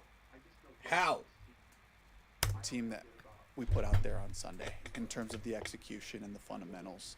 All the execution and fundamentals. When it's things that I feel like we can coach, when it's things that I feel like we can help them with, I feel very confident that this group will be able to come together and play good football. What did your owner say about, how did he feel about the performance? You said you didn't like the team that was out there. What did he say to you afterwards? We had some great conversations. To what you were saying to Vash, on that note, both JC and Nick Scott mentioned yesterday, like, the danger can be if guys start merging this today with what happened last year. So that's what we have to protect against. Just from your position as the head coach, how do you protect against that? Yeah, you just build. You build and you grow. You know, that's what these weeks are about. It's so valuable. Build and you grow. The game has a way of just telling you the truth. And so we go right to it and say, guys, this is where we're at. Like, this is us. Let's own what was out there today. Stop. Okay. Let's own what was out there. Let's own our mistakes. No, what owning our mistakes looks like is going to your coordinators and telling them, get your head out of your butt and start doing your freaking jobs. That is owning your mistakes. Calling out your coordinators and saying, in the press even, and telling them, these guys were hired by me to do a job, and I'm embarrassed by the job that they're doing. I'm going to talk to them on Monday, and we're going to get this straightened out. And then do it. Don't just talk about it, do it. I'm tired of all this talk in Carolina. Do it. Either do it or don't do it. And when you don't do it, these guys get fired. Point blank, period. And it is your job to either keep them on track or to fire them. You are a head coach. Do head coach things. Stop treating yourself like a coordinator. You're not a coordinator anymore. I'm tired of the excuses, Dave. And I don't think you would ever expect me to pull out the excuses line. I'm pulling it out today. Oh, snap. These are excuses, what you're giving us in this presser. We caught you in two lies, and you're pulling out excuses now of why stuff is not getting done. No. You can't stand on the fact that there's injuries. You can't stand on the fact that you've done everything you could possibly do, to get this win. And still end up with a loss and come up close. You can't stand on that anymore. Do your job. You want to preach about finishing? Finish yourself. Yeah, finish as a head coach. That applies to you too, bud. And I hate throwing people under the bus like this, but God, man. This is tough love, man. This is tough love, Dave. You gotta... We're putting you on tape today. We're putting you on tape today, buddy. And we're saying, where's the accountability? Not just for you. For your coordinators, too. If you don't put these guys in the right places to get the job done, yes, the accountability comes back to you as well. You have to take that responsibility. Don't pass the buck towards the players and say, oh, it's the players' fault for lack of execution, blah, blah, blah, blah. Fundamentals, blah, blah, blah, blah, blah. We've heard that before. We've heard that song and dance for the past 10 years. Stop it. This is year 2. We're trying to win games and we're trying to get a division title. Wake up. If that is not your goal, then you are on the hot seat. I'm sorry, Dave, but if you are not physically aligned with us on this year 2 and trying to win a division title, you're falling behind. You are. Not the team, you. Because that needs to be your responsibility too. It takes a village, man. It takes a village to get this done. And if everybody's not on the same page, there are miscommunications, there's lack of execution, there's all this other stuff that follows. It has to start with you, Dave Canales. It has to start directly with you. And if it doesn't start directly with you, you have failed to do your job for that week. Point freaking blank. Don't give me this whole, we have to hold each other accountable, blah, blah, blah, blah, blah. Yeah, that applies to you too. Yep. You're part of this too, bud. Wake up and smell the coffee because it's strong as heck. God, man. Your boy DT3 says, you know what? If things don't work out this season, I really don't want this man to be blamed, but one coordinator and himself. Yep. Oh, that's fair. That's fair. Yeah. David Screw says, Dave, I believed in you now. I'm having second thoughts. Get it together. This is embarrassing. You and the rest of us, man. I hyped this man up to the moon, and this is what I get for my efforts. Yeah. No, I Dave, you're making me look like a clown, bro. You're making me look like a clown, and I don't appreciate that. Stop making me look like a clown and start making me look like I'm smart. For like backing you up. I know y'all. I know we vouched for him, pretty hard. So I get the frustrations. I totally get it. And then let's get back here. Let's make corrections and let's improve daily. Let's continue Improve to push daily, our football forward, you know, and own the things that we own. And own the things that we own. New mistakes to make, find new own lessons the things that we own. Let's move beyond the things that we've grown through and we've become very proficient at, and all those things. So I think that's the mentality. Have we though? Just correction. Have we though? Back at the 2 interceptions Bryce threw on Sunday. Yeah. We're looking at just the one going to XL. Yeah. The route looked right depth-wise, and then I guess the last one was just kind of off Rico's hands. That kind of feel like that was just the ball should have caught. Just kind of curious what you saw on both of those plays.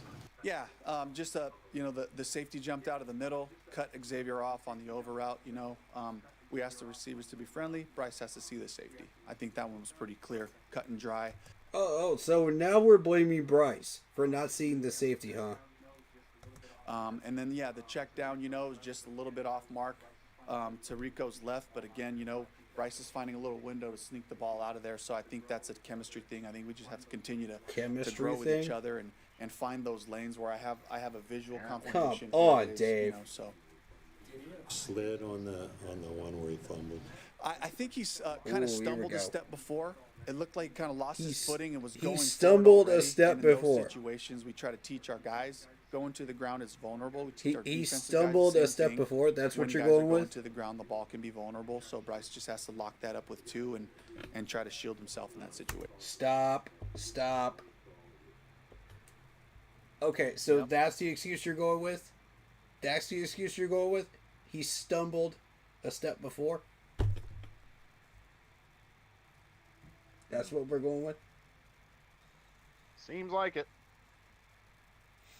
Oh, so instead of saying Bryce Young should be sliding, like every quarterback in the NFL should be doing at this point, they should already know how to do this. Your argument is he stumbled a step before he fell to the ground, and the ball became vulnerable. Let me get that straight. That's your argument, Dave? Apparently. Good Lord. What are we listening to, y'all? What are we... This ain't it, man. This ain't it. T Green says keep pounding. Yep. We got to keep pounding through this BS, man, because this is not it. I think that was the last question they asked him, too. There might have been one more. We got here. He was pretty open talking about how he didn't play baseball. He was not a natural slider. Is that something that you need to work with him on? Maybe. Yep. Okay. Yeah, so the last question was he's not a natural slider. I don't care if he's a natural slider or not. He needs to learn how to do that in the NFL. You cannot be a quarterback in the NFL if you do not know how to slide. Yeah, very necessary. I'm tired of the excuses. You're a head coach. Tell him to learn how to do it. That is your job, Dave Canales. I don't want to hear the excuses. If this man doesn't slide next week, I'm going to be looking at you like, why didn't you teach him? This man should already know how to do this. Why do we need somebody that's brand new coach in the NFL having to teach this dude how to slide? Yeah. I got. You should already know how to do this. I got just a few comments. Ricky Martin says, keep pounding, keep forget it. Yeah, I feel you. Right. Ken 88 says we can go off this Sunday if we see the same. I'm giving Bryce this weekend to figure it out. Understandable. Right. Yeah, that's all I got for comments. But yeah. David Screw says maybe. Really, Dave? Answer yes or no or maybe. Yeah, I don't know. That's all you got for us is yep or nope. Come on, Dave. And see, the scary thing oh my God. With this matchup, which apparently I did not realize it's a 4 o'clock game. Yeah, this Sunday's a 4 o'clock game. Oh my God. I had to do it, man. Yeah, totally understandable. So, oh man, Arizona's coming into this with some momentum, coming off of a victory over the Saints. Yeah. Let's get into this. Yeah. I've wasted enough of everybody's time on some nonsense, but no, that's all good. So I guess starting with the injury report, Tershawn Wharton held out again, hamstring. Oh my God! ESPN has the Cardinals winning by 65%. Yep, I did notice that. Oh my the God! Matchup predictor. Oh. Yeah. So word is Tershawn Wharton is supposed to miss 2 to 4 weeks. So that's gonna hurt. We got Hunter Renfrow questionable with rib injury. Caleb Evans with an illness. Icky is supposed to be coming back. Pat Jones questionable with an ankle.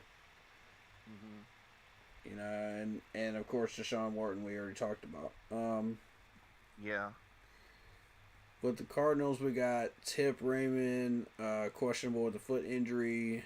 That's the tight end. Blake, the punter, with a back injury. How do you get a back injury as a punter? I don't know. That's maybe. Crazy. Yeah. That's an interesting one.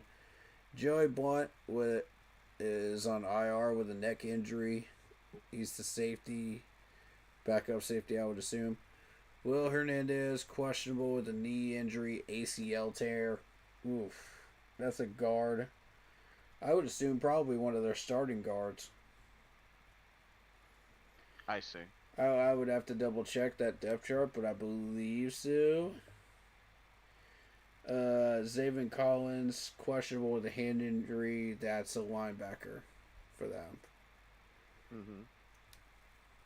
So we have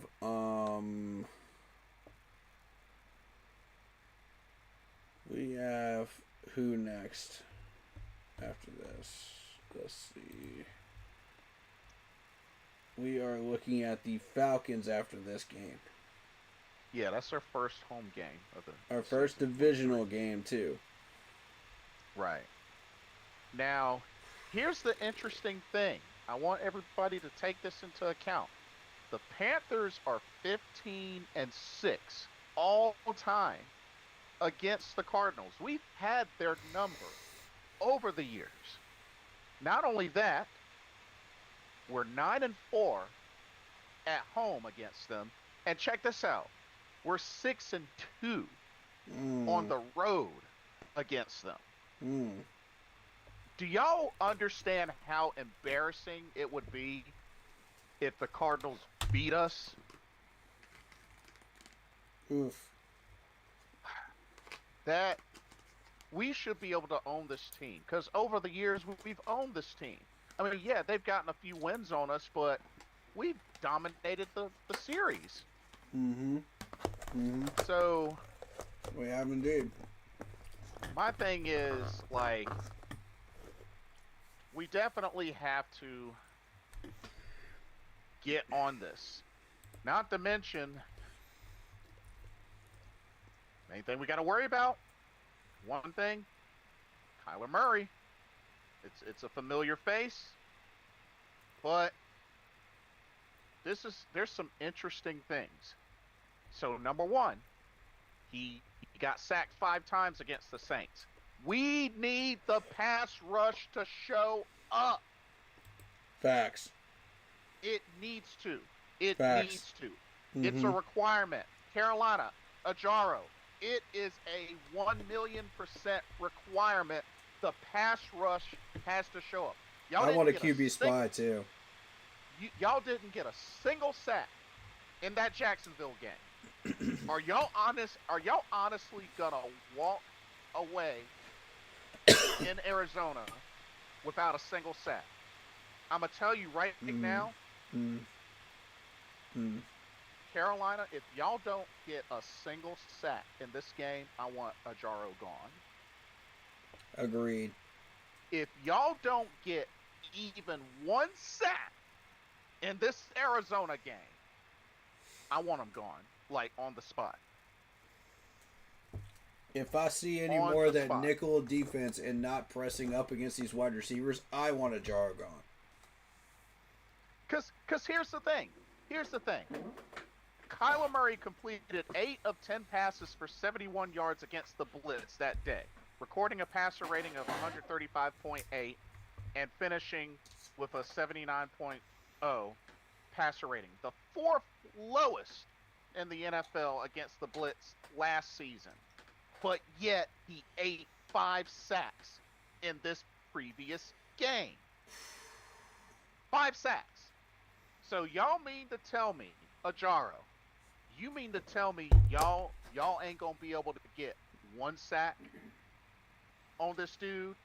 If that ends up being the case, if Ajaro, D-line, linebackers, I don't care, y'all better be playing like y'all's lives depend on it. Because if y'all don't get a single sack, if I don't see a viable pass rush in this game after this dude got dropped to the ground 5 times, somebody's got to go.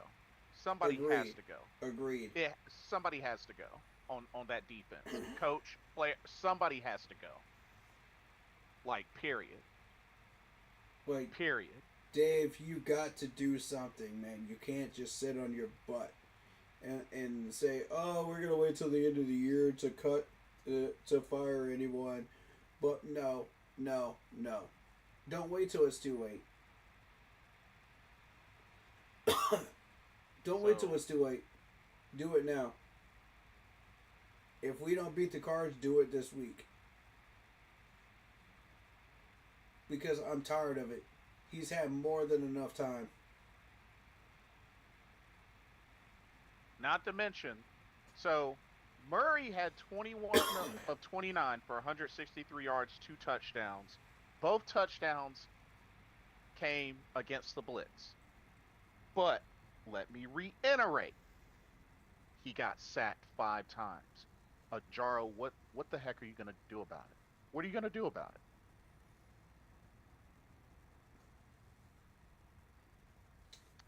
What are you going to do about it? You got one more chance, Ajaro. I'm done with this, man. I'm done with this. We're supposed to be winning these first 4 games, man. These first 4 games are supposed to be clown games, man. We can win these. We can beat Jacksonville. We can beat the Cardinals. We can beat the low-end Patriots right now. And we can go in there 3-0 and take on the Falcons and win. We have enough talent. What are we doing? Yeah, exactly.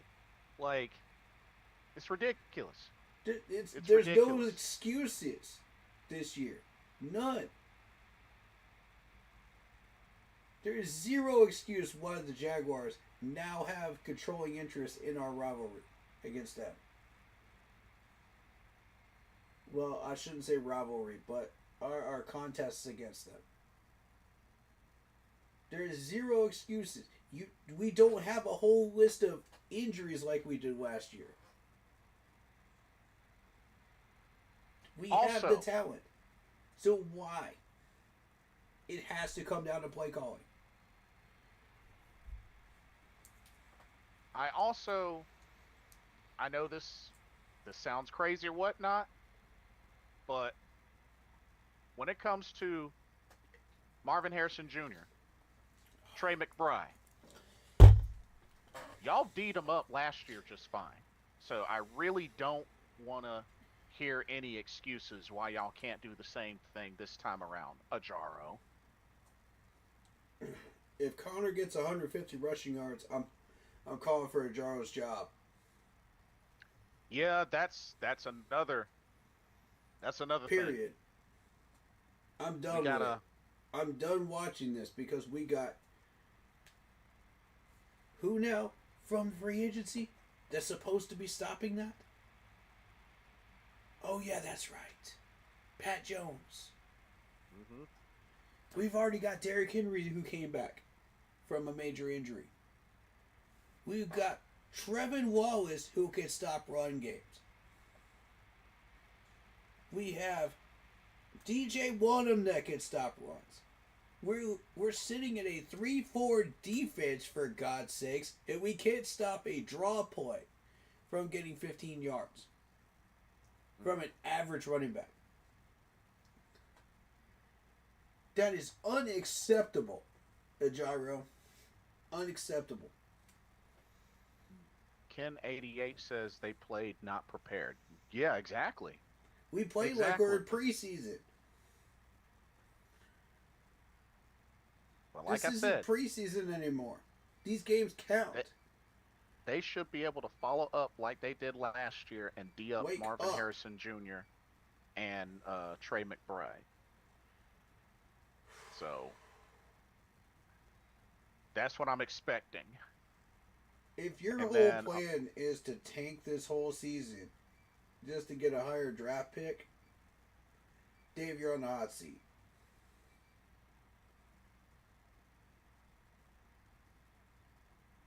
Period. That's all there is to it. Period. Because that's not the goal. If your whole mindset is put the ball in our playmakers' hands and just see what the hell happens, that's not a plan. That's a formula for losing. Right. Cincinnati's been doing that for years. They get lucky a handful of years, but that's it. They got lucky and they got Joe Burrow.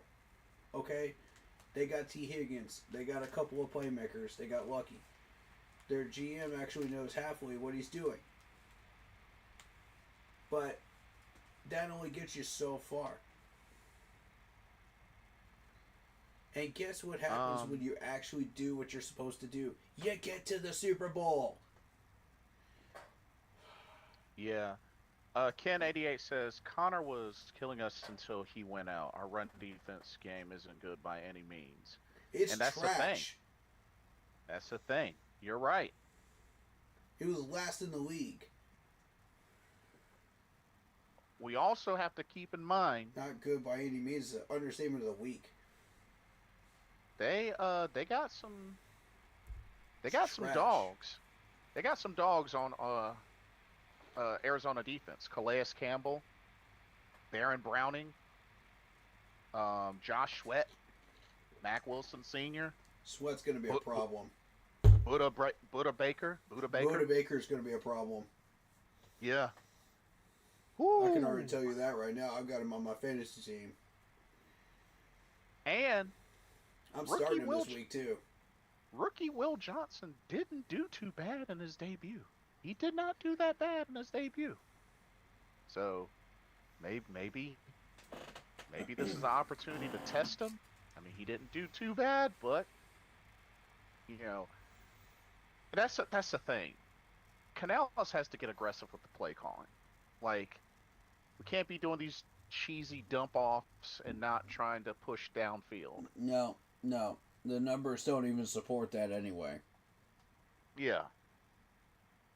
So what playbook are you looking at? What numbers are you crunching that make you think 16 draw plays up the middle with Chuba Hubbard, making him think he's Derrick Henry, is going to help us in a stacked box? If I see that again, so help me, man. You're going to get Chuba killed. Not only that, but, you know, T-Mac, keep doing what you're doing. Take it up a notch. You know, receivers got to be on point. XL, Come on now, dude. This is your second year. Come on. Let's get it. Let's get it together. Come on. Bryce, got to get it together. Like everybody, like Renfro, everybody. O-line. Like we got to be aggressive. Yeah, the play calling has to be aggressive. Dave, like we were starting to do. I'll give you one positive. Our third down efficiency was pretty decent. Yeah, was pretty decent. I give you that. Mm-hmm. But is that it? Is that what we're just gonna settle with? It better not be. Like, I want touchdowns. Facts. I mean, heck, don't settle. We only got a finish. I mean, heck, we only got a touchdown and a field goal. Like, don't settle. Finish. That's your mantra, Dave. That's your mantra. You created that. Supplies to you too. Ken88 says, Bryce, didn't he get Renfro hurt? One of those balls thrown was a hospital ball for sure. Yeah, and it pissed me off. Yeah, it was one of those was a hospital ball. That's on Bryce. But yeah. But like, this offense has to be aggressive, and this offense needs to get to the line, not when there's 5 seconds left. Correct. Like, y'all seriously need to get to the line quicker. Y'all have a 40-second play clock that starts as soon as the previous play ends. You mean to tell me y'all can't get to the huddle, get the play out, and get to the line with plenty of time? And get set on the line, by the way. There were 2 plays where we weren't set. At least bare minimum. Like, honestly, and it cost us to away a game. If it has to come down to no more celebrating on first down, so be it. But y'all need to get your butts up, get to the huddle, get the play out, and get set. You can celebrate after you score. How about that? Right. Celebrate after you score. It's another thing I don't understand is because I was watching the videos during training camp and these guys were getting set a lot quicker than that. Yeah. What is the difference? What happened? Because my thing is you do all that celebrating, then you turn around and throw a pick or you fumble or something like that. Like, how about we do more celebrating, you get in the end zone? How about that? Right. How about that? Shoot, get in the end zone. You can celebrate however you want. Right. But before that, I don't want to see a single person dancing. You didn't do jack crap. All you do is move the sticks. And Bryce, that even means you. The whole, while you're still on the ground after a first down. Nah. Get on with it. Get your little butt up. Get back in the huddle. Get ready for the next play. Because y'all are taking way too much time to get to the line of scrimmage, and then y'all have to rush to set, check protection, check, for a blitz or whatnot. Y'all are taking too much time to the point where 90 to 95% of the plays y'all are flapping to get the ball out. Yeah. Like, that has to change. That has to change. ASAP. As soon as this Sunday. That has to change. Facts. Because when you do that and you rush, timing gets thrown off. Folks are sent into a panic. Especially considering you're on the road. You're going to have to deal with the crowd noise. So that's already one factor. That plus you're taking so long to get to the line and to snap the ball. Like, that's double the pressure. Exactly. That's double the pressure. No. That ain't it. Y'all got to get to the offense, Dave, Bryce, offense, y'all got to get to the line quicker. Like, give your quarterback an opportunity to scan the field. If he sees something, Bryce, don't be ashamed or afraid to audible. If that means, a quick pass or just a handoff, so be it. Right. But this offense has not been given enough time to make adjustments on the fly. And Dave, as an offensive-minded guy, that's something you got to be able to do. Yeah. And those audible calls don't even have to come from the quarterback. They can come from the wide receivers. If they notice something, tell your quarterback. Or if the running back sees something, tell your quarterback. So he can change the play up. And tell him in advance notice so that he doesn't have to go all the way down to the one snap count again. Heck, if you have to, you know what? I'll level with you. If you have to, just run some no huddles. Yeah. Run some no huddles. Yeah. Like, if that will help you kind of set a little bit better and communicate and just get into a groove, do some no huddle drives. We have got to establish tempo. Yeah. They mess with our timing. They mess with our tempo. They mess with everything that we were creating. And you could obviously tell it was easy to do so. We weren't even hiding what we were doing. Like, if you don't establish that tempo early, like what... We got to a point where we were going for it on 4th down in our own territory in the first quarter. That should never happen. Punt the ball. Let your defense take over, do their thing, get the ball back. Not to mention, all right, let's take things into kind of a slightly similar perspective, but initiated a little differently. Think about something. Luke Kuechly, why do you think he had such a head start on knowing what the offense was doing? Film study. Think about it. Film study. Research. Not only that. Knowing players' tendencies.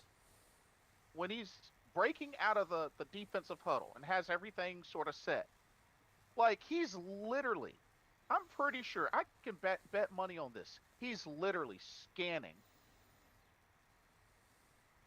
as they come out of the huddle and setting. Yep. And already is starting to factor in what's going on the moment the offense gets set. Yep. Watching for movement. Watching for signals. He sees the 3 wide receivers set, 2 running backs already, 2 tight ends. Like, why do folks think when he's going like this and scrambling is because he sees something? Right. Like, can we get some of that on offense? Like, Bryce, like, you get to the line of scrimmage with time, you see something, like, point it out, like, do a check, like... Yeah. I need Bryce to start studying, and I mean study hard. Learn as much as you can. And Andy Dalton can only teach you so much. You have to do this yourself.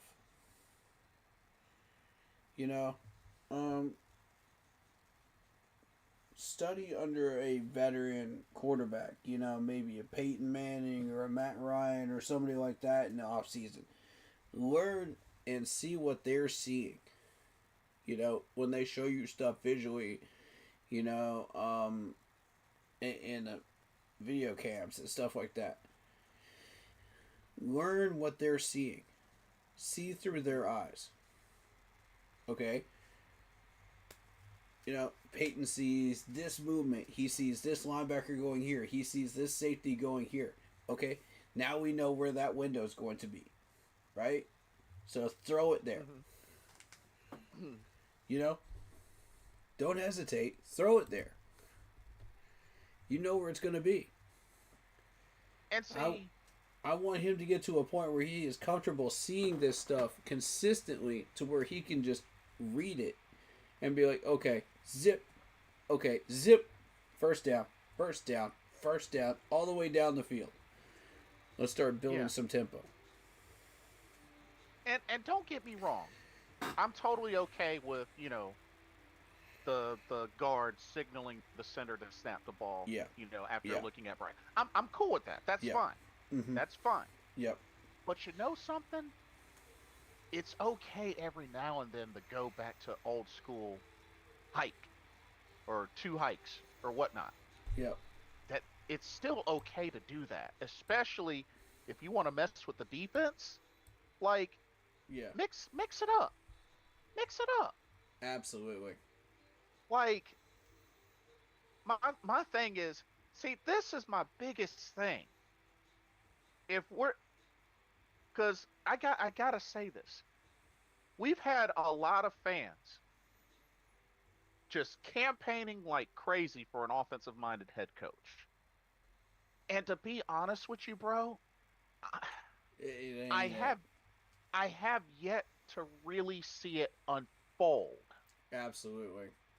I'm not saying that there isn't time for it to unfold, but I mean really unfold. Like, I mean, don't get me wrong. I'm not saying that every now and then there has to be a gimmick play, but like, you're using what's working and you're building off of momentum, and you're keeping at it until the defense can stop it. Because, to quote Cam Newton, when it came to those draws, those keepers, if you're not going to stop me, if you're not able to, guess what? I'm going to keep doing it. Facts. That's free first downs, free touchdowns. Huh, you haven't stopped me. So why should I change that? Going back to the whole beast mode, Marshawn Lynch. If you're not stopping it, why should I stop using it? Correct. Like, I'm just saying, like, I'm really just hoping it's gonna get to the point where Dave will see some things with these defenses and whatnot, and just based on what the offense is doing, and really just pick things apart and just open up the playbook and just really go to town. That's what I really would like to see out of a so-called offensive-minded head coach. Agreed. Yeah. So, I'm not saying that he won't give that to us. There's still time. Mm-hmm. I mean, it would be nice to see it as soon as this Sunday. Yeah. But that's all I really want. Because, like, you got so many offensive minds out there. Heck, look at Andy Reid. Andy Reid. Mm-hmm. Do you think that guy has no shame in running a multiple type of play that keeps working, and the defense isn't? Why do you think he has as many Super Bowls as he has? Right. Exactly. Shoot. Like, seriously. And if it's not working and you're doing it repeatedly, change it. Yeah. This is Football 101, folks. Football 101. If the defense ain't giving you any reason to change up your game, don't do it. Exactly.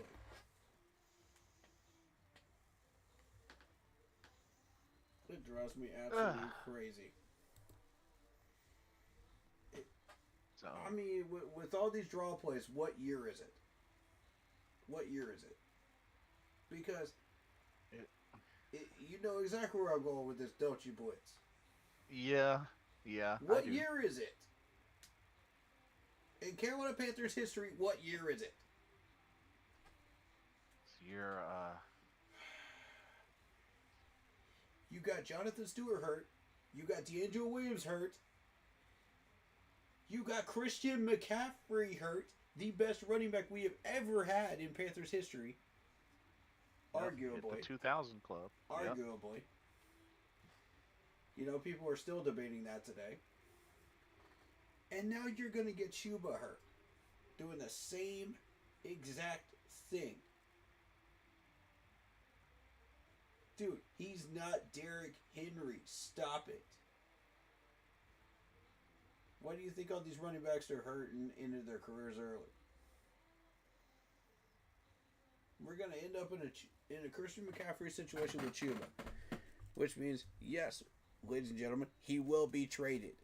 If you keep hurting him like this. No more 16 carry games. Read my freaking lips. No more 16 carry games. I love Chuba and I don't want to see him traded. Any sooner than we need to. Any sooner than we absolutely have to. Shout out to Green. He thinks, think we will win the game? That's a good question. I hope so. I mean, which Carolina Panthers team is going to show up? The team from last year? Really. Or the team, plus the talent that we have? Or the Carolina Panthers from last week? I mean, Carolina gonna Carolina, man. That's all I can tell you. Carolina gonna Carolina. We just can't get out of our own way. We can't stop doing stupid things. What is the definition of insanity? Doing the same thing over and over and over again and expecting different results. Right. We did that for 10 years as a franchise. 10 years. And we're back doing it again. Why? We took all this time. We spent all this money. We took the time to get all these draft picks. For what purpose? To get a division title, right? But if you're not going to use them correctly, for what purpose? Why are they here? Why get Trevor Wallace here? Why get Hunter Renfrow here? Why get Pat Brown here? Why sign Trayvon Moehrig? Why draft Langston Ransom? Why do all of this if we're not going to go after a division title? I mean, this pisses me off, man. Yeah. Everybody that has supported this man is now looking like a fool. And I, as a Panthers fan, will not stand for it. We must change. We must win this game. It's not a matter of think we will win this game. We better win this game. We better win this game. Yeah. Because if we don't, the gyro's gone. I don't care how many fishing trips you went on with a gyro. This man's gone. And if he ain't gone, Dan Morgan, it's up to you. Not to mention, like I said, we better not get through this game without a single sack. I'm going to tell you right now, Dave Canales will not fire him. He doubled down. Dave Canales will not fire this man because he literally doubled down and said, yeah, we're playing some rookies. We're going to develop these rookies, da-da-da-da-da. Okay, so here's what you're telling me. You're going to use these rookie and younger players as a scapegoat for why we don't beat the Cardinals and why a gyro should keep his job for one more week. You're going to run out of scapegoats eventually, Dave Canales. When's it going to happen? It can happen now, or it can happen after we've already lost the season and your job is now in jeopardy. Which one would you rather have? Pick one. Yep. It could get ugly. And Dave, y'all, and I love the relationship between him and Brad Isaac and blah blah blah blah blah, but relationships don't win championships. Sure don't. The buddy system does not win you championships. It's like hiring a janitor to do a defensive coordinator's job. A janitor should be a janitor. Unless otherwise said, okay, I have other skills to provide. You know, if he has the necessary qualifications and he knows what he's doing to be a defensive coordinator, then fine. But otherwise, he's a janitor. He mops floors. Well, and it also reminds me of what, Denzel Washington as Coach Herman Boone said, and remember the Titans. He said personally that he would not cut a player that plays for me, but when you put on that uniform, that Titan uniform, you better come to play, because I desire perfection. And he meant what he said. You put that uniform on, Coach, you put that headset on, it's time to work. You better be locked in. All that buddy stuff, we're cool, high five, needs to leave immediately. The moment you put that jersey on, you put that headset on, whatever. You leave that crap in the weekend where it was. Yeah. During the week, where you had the fishing trip or whatever expenditure you had, plane ride, whatever you did, that was cool. But now you're locked in. You're playing a game. Yeah. You're trying to win. What happened to that whole rhetoric of I'm trying to win. We're trying to win in Carolina. All of that. Where did that go? I didn't hear none of that during that press conference. Did you? Nope. Not a single bit of it. Did you hear any mention of a gyro or Brad Isaac during that entire press conference? Nope. And that right there is cause for alarm. Ladies and gentlemen, that right there is cause for alarm. Because the first thing out of his mouth better be, I apologize for my coordinators. For not calling these games correctly. And I'm going to fix that. That better be the first thing I hear out of his mouth. After a loss like that. Yeah. Yes, our players did have a lack of execution. Yes, you can add that in later. But the first thing out of your mouth better be, I am going to hold these people accountable. Because they were the source of the problem. And you know doggone well they were. Stop covering for your buddies. Yep. Stop scapegoating the players. You know exactly who the person to blame is. And you're not blaming them. Everybody under the thick blue sky can see it. Except for you, apparently. And if you think you're fooling anybody right now, you're not. A 10-year-old playing Madden for the first time saw through that curtain. Come on. Oof. Come on, man. They saw through those lies. It's what he's not telling you. That's what you need to pay attention to, ladies and gentlemen. It's what he's not telling you. That speaks volumes. When I listen to my head coach talk, I don't listen for what he says. I listen for what he's not saying. And I fill in the gaps.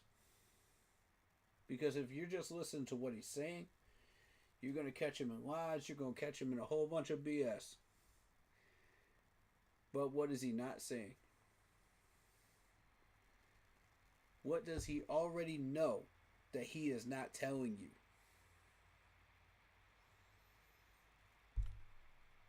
What is he doing behind closed doors that he should be doing instead? That's the cause for alarm. That's what we're concerned about. That's why we started out with this press conference.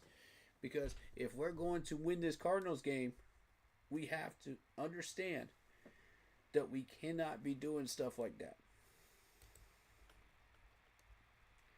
So if we're going to take on Marvin Harrison Jr., if we're going to take on, Kyler Murray, James Conner, we have to understand who we're dealing with, first of all. Secondly, we have to understand who we are and what we're supposed to be doing. And if we don't even understand what we're supposed to be doing, we're already behind right out of the gate before the kickoff even happens. Right off rip. Right. That's a problem. And that will lead to your firing, Ejiro. So, if I were you, Ejiro, I would get on the phone with these people and make sure that everybody knows what they're supposed to be doing. That way, when this game kicks off and that defense holds what the offense doesn't, you've done your job. You don't have anything to worry about on Monday morning when we start calling names. They better get it together. That's all I know. Because once we start calling names, that's it. You can't hide yourself. You can't hide behind your players. You can't use anything as a scapegoat. You got no more crutches, bro. That's it. Reals. You either succeed or you fail on your own merit. I said that before, and I'll say it 100 more times. But I'm going to take a quick restroom break, and then I want to get to our score predictions, for this game and for the other games. I'll be right back. Yeah, I'm going to call out a few players. Yeah, go for it. You go ahead and do your thing. Now, we've got Marvin Harrison Jr. Everybody knows Marvin Harrison Jr. Okay, so looking at this offensive line, Will Hernandez is new, I think. Calvin Bishop has been there for a little bit. Xavier Weaver, I think, is new, isn't he?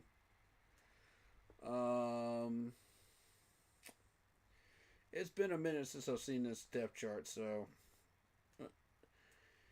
this Cardinals team too, in general.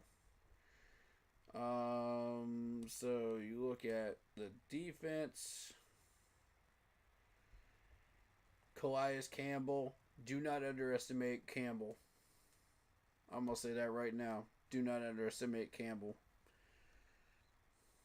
You will regret it if you do.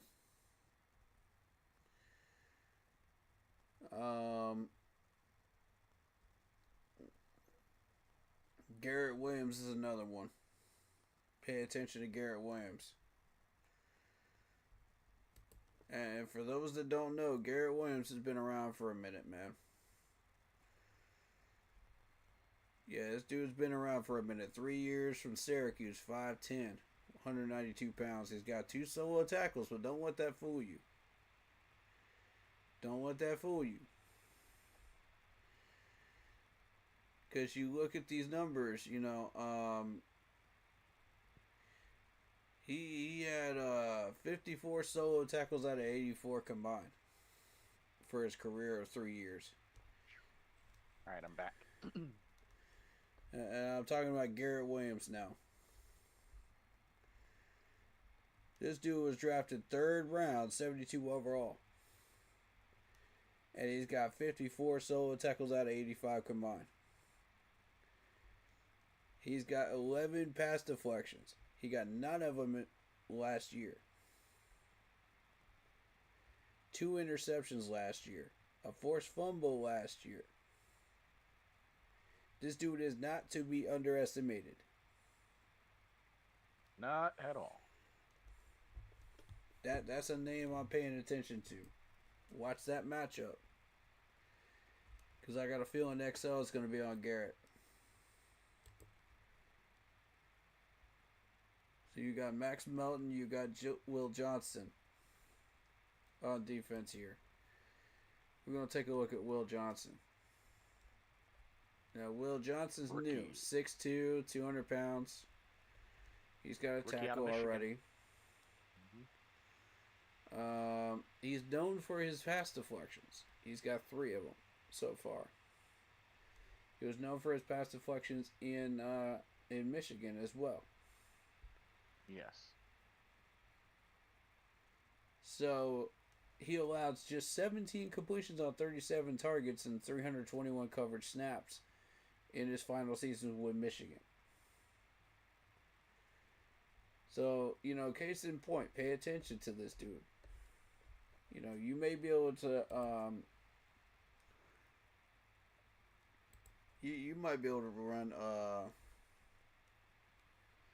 Ted on him, maybe. See if you can get a mismatch there. Max Belton, 2 years in the league, 5'11", Rutgers, 187 pounds, 3 solo tackles so far. He's got a pass deflection as well, but that's not what he's known for. He's more so known as a run stopper. As you can see by the combined 6 tackles. He had 5 pass deflections last year, which is kind of undervalued. Yeah. For that number. But look at the combined tackles, 57, and he's got 37 solo tackles. So that kind of tells you, okay, he's a run-stopping corner for the most part. So he'll shut down screen plays, he'll shut down counter plays, stuff like that. So look for him in those certain situations.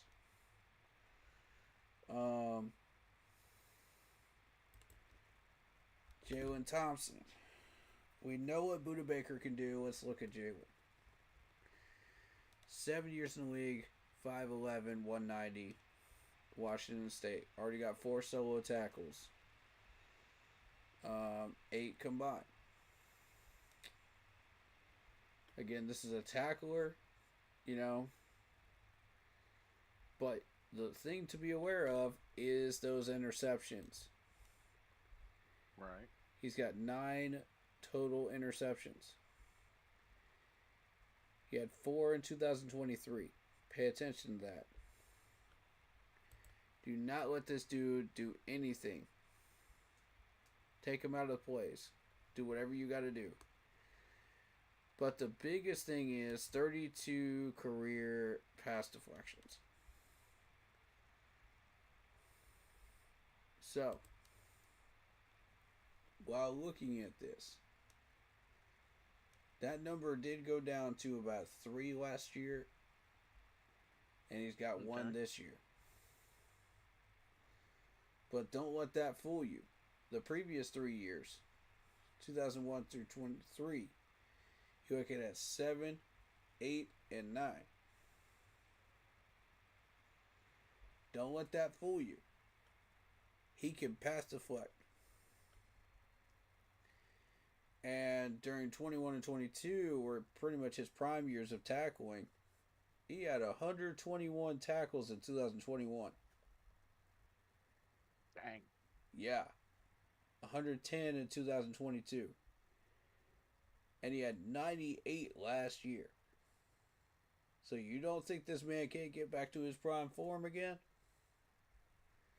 Come on, man. This is a dude to watch out for, man. I'm trying to tell you.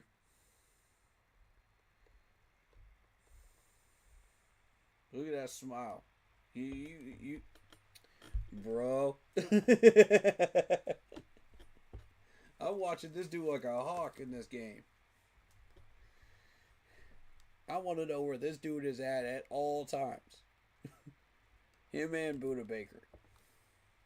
Nah, totally understandable. Totally understandable. Budda Baker, 9 years in the league, 5'10", 195, 5 solo tackles. Like I said, he's on my fantasy team, but pass deflections, consistent number every year, either 6 or 7.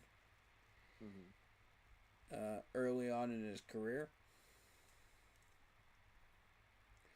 He only played 12 games in 2023, but came back 2024. Had 5 pass deflections. So had he played up to his full potential, he would have had the 6 or 7. So he was just 1 or 2 off that total consistently. He's had 2 sacks a year. So watch out for him on blitzes. Combined tackles. Last year, he had 164 combined tackles. One of the leaders in the league, I believe, right?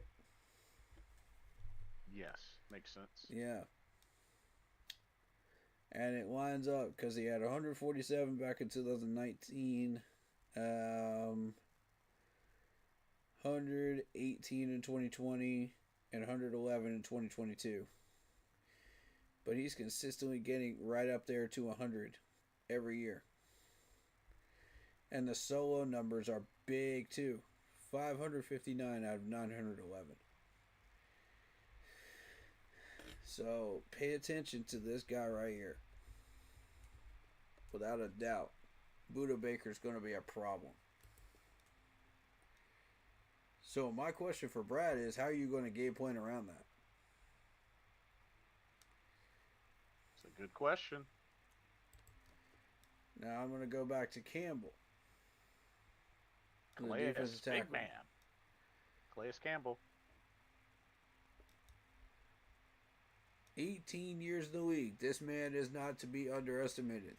6'8", 315 pounds of pure muscle from Miami. 3 solo tackles so far. But the numbers speak for themselves. He had a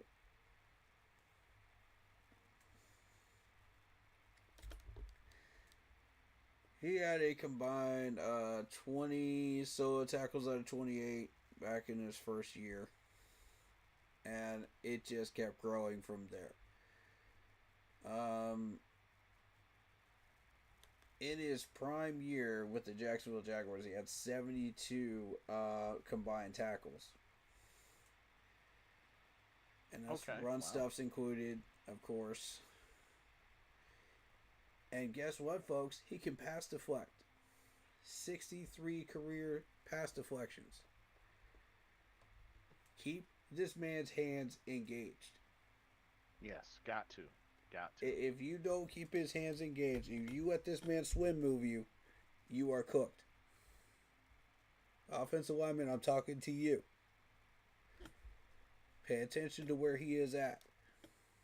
Because if he gets up on that line and you don't control that hand movement, you are cooked. Yash, especially you. If Yash is playing at left tackle, oh boy. Please do not put Buddha over there. Because Buddha will clean him up.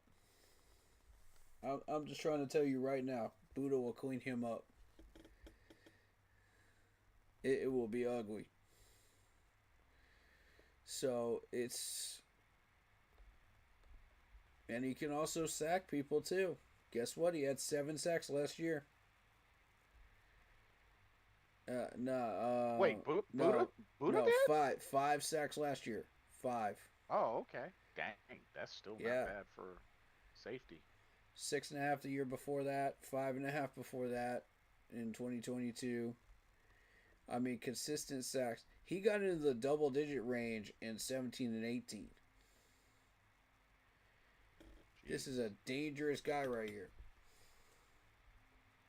That's scary numbers right there.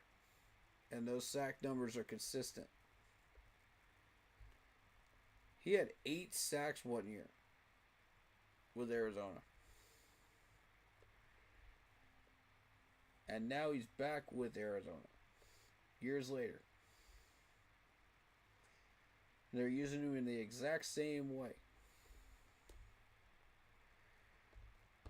So, I'm watching Buddha very, very carefully. How about Josh Sweat? What's Josh Sweat been up to?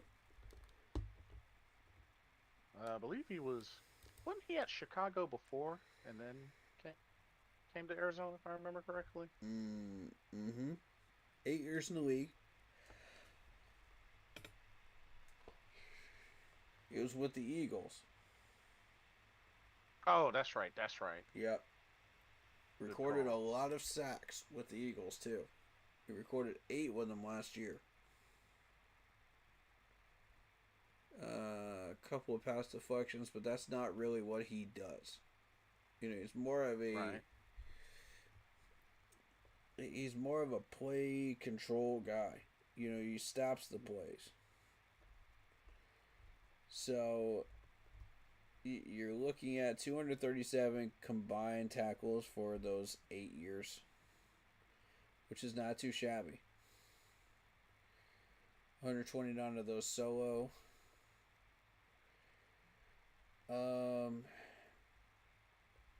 And he has started in 65 of 105 games overall. Mm-hmm. He really wasn't doing much from 18 to 20, but then they started putting him in for 13 games in 2021, and then full games from that point on. He does have 1 interception, but that's not a concern. The concern is the forced fumbles. If he figures out how to get that part of his game going again, we're in trouble. Yeah, that's... He had 3 in 2020. 3. So that's a total of 7. And most recently in 2023, he had 2. So if he figures that out, we're in deep trouble. So protect that ball. Bryce, I'm talking to you. Slide. Yeah, got to slide. No more this forward diving. I'm looking at you right now, Bryce. QB slide still works. Learn how to slide. Please. If you see sweat come anywhere near you, even in your vicinity, protect that ball with your life. Because he will try to rip it out of your hands. That man's an animal and he is hungry for that ball. For reals.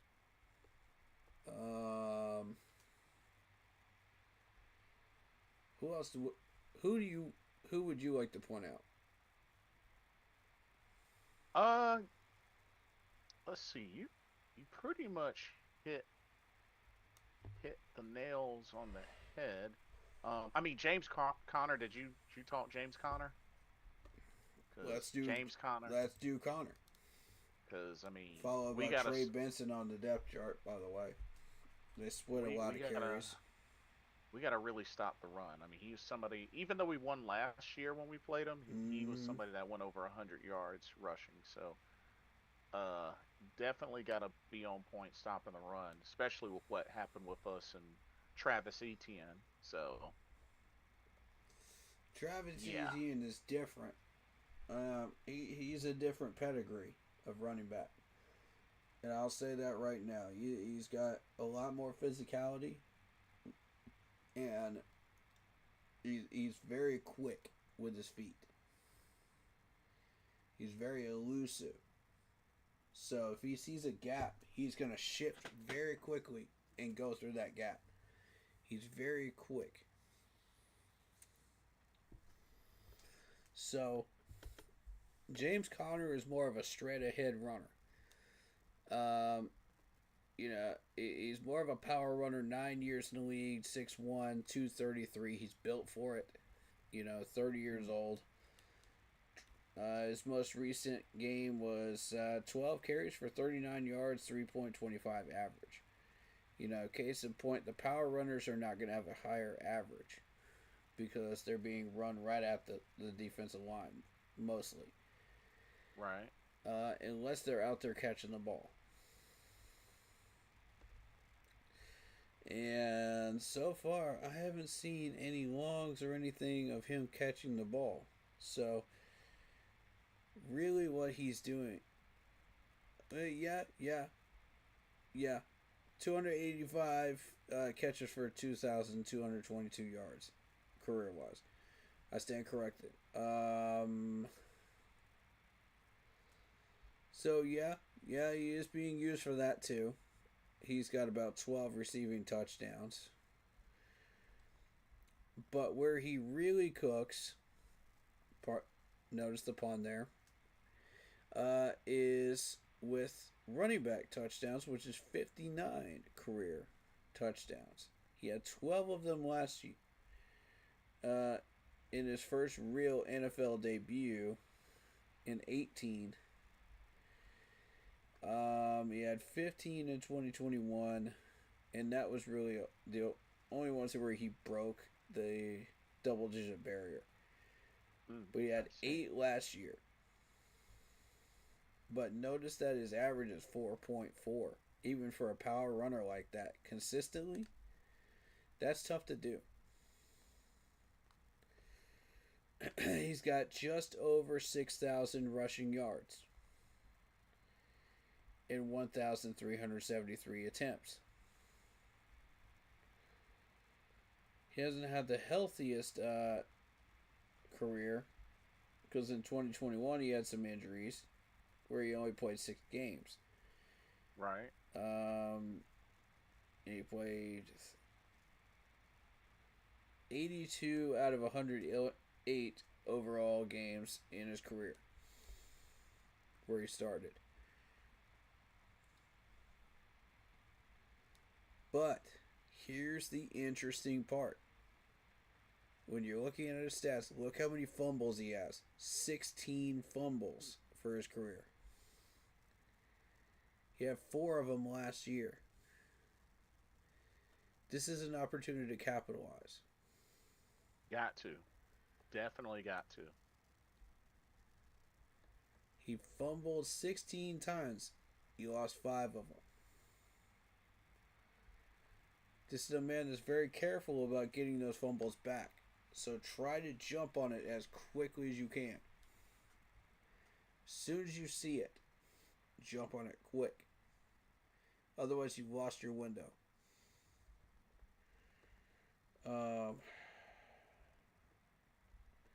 And I know that David's been teaching these guys, be quick about that, you know. If you see it, finish the play, you know. Right.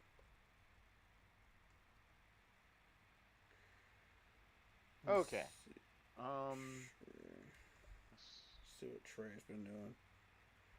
Ooh, Trey got used for 8 carries, 69 yards, 8.63 average. Uh-oh. They're using Trey.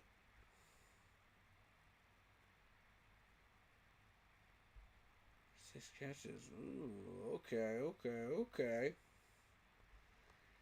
Yeah, this dude's been busy. Alright. 2 years in the league from Florida State. 6 foot, even, 220. Okay. Yeah, keep an eye on Trey Benson. We could stop him, but he's been busy. I understand, especially considering, going back to stopping the run. It's important. Southern Methodist. This dude's been around the league, hasn't he? Holy. I'm looking at Beecham right now. This dude has been around the league for quite a while. Went from the Steelers to the Jaguars to the Jets for a few years. Cardinals for the last 5 or 6 here. This may be his last year of his contract with the Cards, unless they extended him. Huh. 14 years in the league. Fascinating. Anyway, you were saying? Oh man. That that Packers Commanders game is coming down to the wire, but I think Washington might be out of it. They got 1:04 left in the fourth. It's 27-18. 27-18. Okay. Yeah. There's no 9-point play for Washington. Yeah. I think Washington's done. Yeah, I think Green Bay's about to go to 2-0. 2-0. Mm-hmm. Man, that's crazy. Well, speaking of which, I guess let's go right into score prediction time. Okay. Well, we know the Green Bay Washington game's about to end. Looks like. I would have picked probably Green Bay. Yeah, I mean they're playing at Lambeau, so it's totally understandable. They've got a lot of talent, and it's a tight matchup, and this is exactly what I expected to happen. You know. Yeah. Not as many 4:00 games this Sunday, so interesting. But going from the top, Jacksonville at Cincinnati.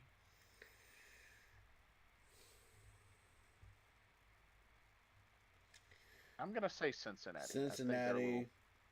Yeah. Stronger. Joe Burrow should be eating that Jacksonville secondary. If he isn't, then there's something wrong with Joe. Yeah. Because we know that game should have gone much differently with us against Jacksonville. Yeah. Yeah, it really that's not a very good team at all. And the Bengals should win that game. Agreed. Definitely agree. Oh, this next one's going to be interesting because both are coming off of losses. Mm-hmm. Giants at Cowboys. All right, I'm just going to say this. Dallas, you got too much talent to be going 0-1. Or you mean 0-2? Yeah, 0-2. Because they lost to the Eagles. Yeah, fair. I'm actually going to go with Dallas as well. I think they should. They got too much talent to go 0-2 right now. I'm sorry, but this is the Giants we're talking about. So, both in agreement on Dallas. Okay, I got a bone to pick with this one. Chicago at Detroit. Detroit. Man, Chicago, y'all let me down. I picked y'all to beat Minnesota, and y'all let me down. I picked Minnesota. What the heck, Chicago? At the end of the day, it's still Chicago. You don't bet on Chicago. Detroit for the win. I gotta be smart about this one. Until you're mid-season, you don't bet on Chicago. Because by the time Chicago gets to mid-season, they're like, okay, yeah, we figured out a few things. You know, maybe Caleb Williams can get some stuff done. You know, we've got a few talented players, blah, blah, blah, blah, blah. So they'll get a couple of surprise wins, and people will think, oh, yeah, Chicago's coming back. No. And then they'll choke again. They'll be typical Chicago. Just don't bet on Chicago. Don't do it. If you're thinking about doing that in the betting lines, don't do it. You'll lose money. Don't do it, folks. Hate to say it, but he's right. Don't do it. That's the same as betting on our Panthers at this point. Just don't do it. So both are in agreement. Detroit. Rams at Titans. Titans are trash. Rams have more talent. Rams. Yeah, I got to go with Rams as well. Oh, geez, this next one. Patriots at Dolphins. Okay, this is Tua's comeback party. If Tua doesn't get it together in this game, there's something seriously wrong with Tua. And it's not his concussions. Right. It's his ability to read the field. In which case, he should retire. Because there's no excuse for him losing both the previous game and then this one. Right. Like, even with those concussion issues, Tua was still at least mostly Tua last year. Mm-hmm. When you go back and look at the numbers, like Tua was actually hitting passes. So I don't see any reason why he can't have a comeback game here. Now I do like Drake May to the Patriots' credit. You do have a couple weapons, right? But it's not enough. I'm sorry, Tua for the win. Yeah, I'm actually gonna go Miami for the win as well. I think they'll get back on track in this game and get their first win of the season. Yep. Okay. Interesting here. San Francisco at New Orleans. San Fran. Yeah, I gotta go with San Fran as well. Especially they made a good move in getting rid of Jake Moody and bringing in Panero because Jake Moody was dropping the ball for them on kicking.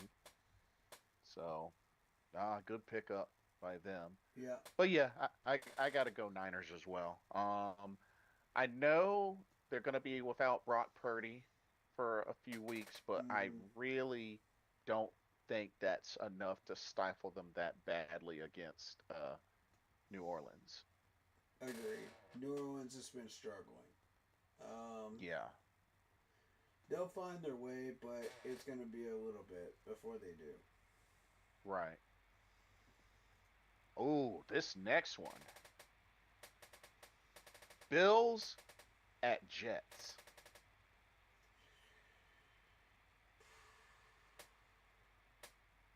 Okay. How the Bills do last week? They won, right? Yeah, they beat the Ravens. It was a shootout. It was a shootout, but yeah. Oh, yeah. All right. This is the question of, is Justin Fields for real? Or was that game last week a fluke? I mean, they lost by a last-second field goal, so. Right. Is that offense for real of Justin Fields? That's really what we're trying to find out. And this game is really going to test that, and we're going to know for sure after this. Right. I'm gonna play it safe and say Buffalo, but I think the Jets could possibly put up a good fight, but I'm gonna play it safe and go Buffalo. I think I'm gonna agree with that. I would rather trust in Kyler Murray and his Josh Allen. My bad, Josh Allen and his established offense. You know, and that established team. You know, it's been consistently winning. That I would gamble on Justin Fields right now. Yeah, and you know, Josh is coming off an MVP season, so you know. Yeah. So Buffalo it is. Oh, this next one should be very interesting. Seahawks at Steelers.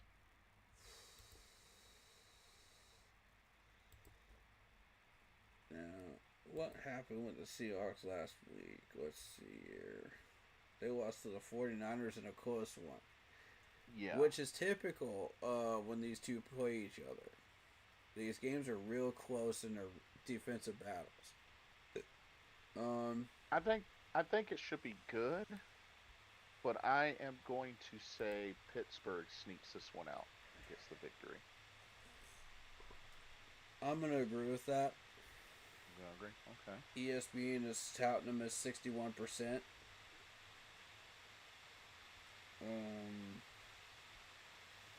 You know, and plus you've got Aaron Rodgers. Yeah.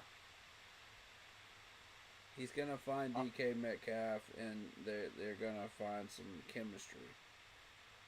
Right. Agreed. But this is also Smith Nigma that's playing against him, and that's a former teammate. Yes, that is Jackson Smith-Jigba. Yeah. So keeping that in mind, the Pittsburgh defense is going to recognize the weaknesses of Smith Nigma because they've been on the same team before. So they're going to find ways to take him out of the game. But Seattle does have Sam Darnold. Yeah. So Sam will find other ways to get the ball into the hands of his playmakers. Who has been playing much better football a little later in his career, but he's still in his 20s, so. Mm-hmm. He'll find other targets to throw to. So it's going to be interesting for a little bit. But I got to go Pittsburgh here. Okay. Cleveland at Baltimore. I got to go Baltimore. Baltimore. Yeah. I mean, even though they lost a shootout against the Bills, I mean, they still put up, what, 40 points? Yeah. And it's Lamar Jackson, a 2-time MVP. I really can't see Cleveland winning this one, so got to go Baltimore. Yeah, and Cleveland barely lost to the Bengals last week, so. Yeah. By 1 point, so yeah. Okay, this next one, so this is first of 3 4 o'clock games. Denver at Indianapolis. Okay, now here's an interesting one because if you looked at that score of Indy last week, do you believe this in this Indy team? Do you buy into that? Well, or was that Tua's downfall? You know, is AR actually a decent quarterback? Are we really gonna buy into that? Well, you gotta remember, Daniel Jones played. Yeah, That was fair. that was Daniel Jones. Right. So. So this is Daniel Jones with a brand new offense, you know, and this has been a Colts team that has a terrible offensive line that somehow played decently that day against the Dolphins, who have a strong pass rush. I don't understand how that happened. Like, I gotta dig a little deeper on that one and figure out how that happened, because that's just Daniel Jones hitting 272 yards in that game is ridiculous. That dude popped a heck off. And it actually surprised me.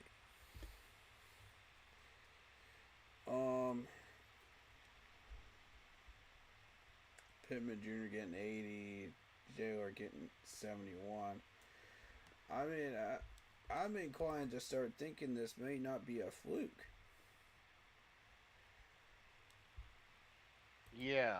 Maybe. And I mean, Denver's coming off a win against the Titans. But they barely beat them by 8. I got a feeling this is going the Colts' way, man, because the Colts have Tyler Warren. You know, they have Pittman Jr. You know, they have Taylor, running back. He's a pretty good running back. Got 71 yards last week. And that defense held last week. So, this is... If you look at it, the Dolphins are no slouches, man. Again. Oh, no, not at all. But here's another thing, though. The Dolphins cannot beat a playoff team. They can't do it. So, are the Colts a potential playoff team in the making? We will find out. We will definitely find out. I'm picking the Colts. This is an interesting one, though. I'm watching the Colts closely this year. You know, I'm actually going to agree. I think we're going to get a surprising burst from the Colts. Yeah. Probably one of the least likely teams to do this, but just something definitely stuck out after they beat Miami. Something just clicked with with Daniel Jones and this offense. Maybe it was the right system, maybe it was the right fit, but it worked. So, yeah, I gotta agree with you. Indy for the win. Okay, we gotta talk about ours. Carolina at Arizona.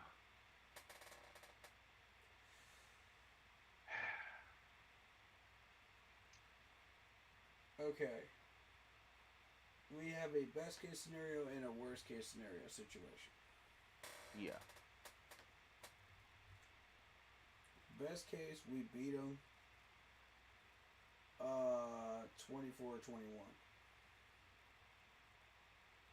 Because you got to remember, we are dealing with Kyler Murray. Yeah. Mm-hmm. And these guys are no slouches on offense. But worst case scenario, we get blown out again. We only put up 10. You know, they get 24. Mm-hmm. You know, it's not an exciting offense from Arizona. Compared to everybody else, that's playoff caliber right now. Right. Or ready to make some moves, you know, and make a run. So from those teams, you would expect to see them going 30 points, you know, somewhere around that neighborhood. Right. Arizona just doesn't have that type of firepower yet. So I'm gonna say is early 20s area. I'm gonna say 21-17 Carolina, mainly because I'm banking that being that Carolina is coming off a terrible first game, and being that they're going against a team they've had better success with, mm-hmm. I'm gonna go by that, and I just really hope that that's enough, and the necessary changes happen to where this becomes a reality of a victory. Mm-hmm. Mm-hmm. But we'll have to see. What do you think? You going Carolina or Arizona, or you kind of? I don't know, man. Which Carolina team is going to show up? That's another thing too. Yeah. You don't know. This is a humongous unknown here, and I don't like the fact that it's unknown. None of us do. Nope. The fact that we're even having this type of conversation, it bothers me to no end. We're in year 2, you know? This is the second game of the year. We should not be having this type of a conversation. We should be having a totally different conversation right now. Yeah, seriously. You know, concerning you just knowing who we are and what we're doing, you know, and all that. But we're trending in the wrong direction. Yeah, exactly. I hate to say this, but I'm picking Arizona. That's understandable. That's understandable. I hate to do that, man, but when we're struggling like this, I have no other choice. Yeah, understand. Oh. Throw me under the bus if you want to, Panthers fans, but I'm just being realistic. Nah, I totally get it. Okay, we got ourselves a Super Bowl rematch. Eagles at Chiefs.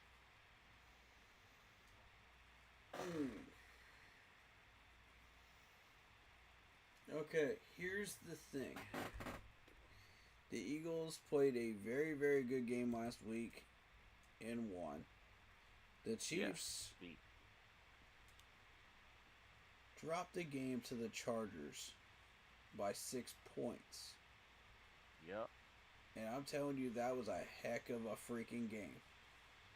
Mm-hmm. And the Chiefs are pissed. The Chiefs are pissed. They're looking for somebody to take that anger out on. And the Eagles happen to be the perfect team to do it. Yeah.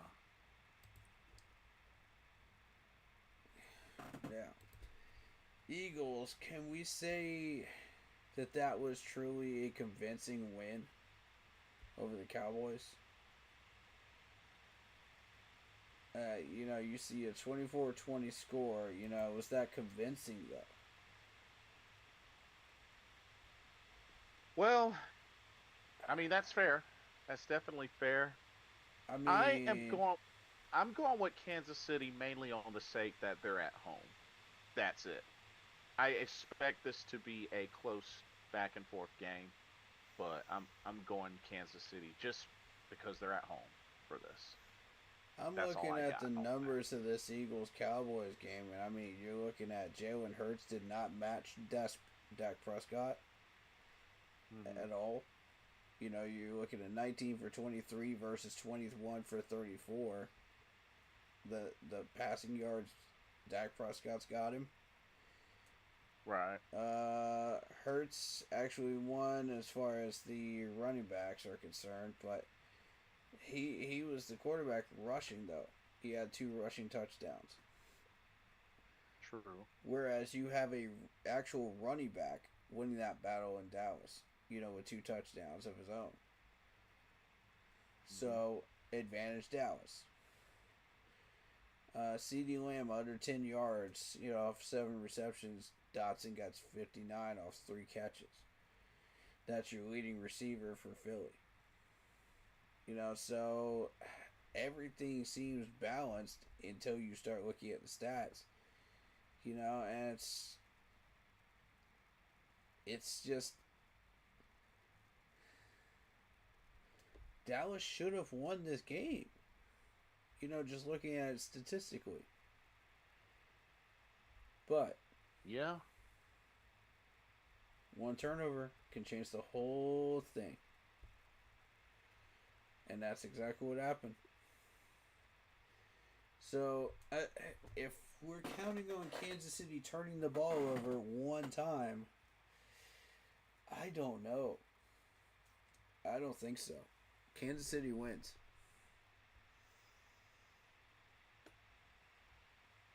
I think Kansas City is going to have the numbers down the board to beat the Eagles.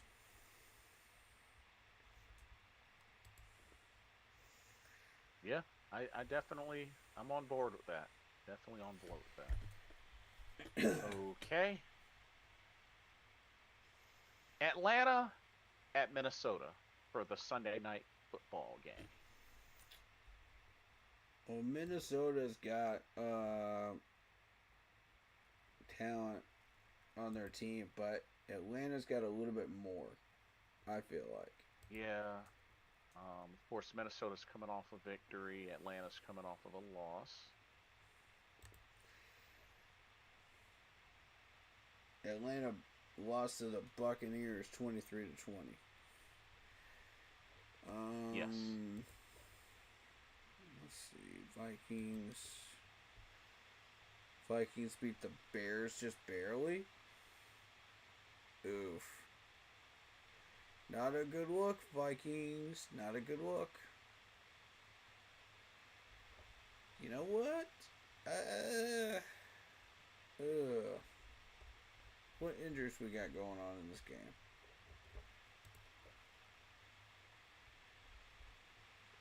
What injuries? Okay, let's see. Okay, Darisaw, questionable, ACL, MCL, gotcha. Jeff Okuda, concussion, oof. Yikes. Some serious injuries going on with the Vikings. I see a toe injury, I see an ACL, I see a concussion, an elbow, an ankle injury. Jeez. Yeah. Dang. Well. Okay. And the Falcons don't have Casey Washington, that's a concussion. Mooney, shoulder injury, Drake London, shoulder. And one of their offensive linemen is on the IR. I have to go. Oh boy. I'm going Minnesota. I think it'll be close, but I'm going Minnesota. You know, I'm going Atlanta. You going Atlanta? Okay. I'm going Atlanta. I got a feeling about this one. This is my upset pick of the week right here. People aren't going to see it coming. But I'm just kind of looking through these injuries and just going, if these injuries keep piling up for the Vikings, that's going to go the Falcons' direction. Very quickly. Fair point. And these are bad injuries, too. That's exactly why I wanted to look at it. Mm-hmm. And then we got 2 Monday Night Football games. All right. Another doubleheader. Tampa Bay at Houston. All right. Tampa Bay at Houston. I will go with Tampa Bay. This one, because I know the Texans lost to the Rams, but it was a pretty low scoring game for the most part.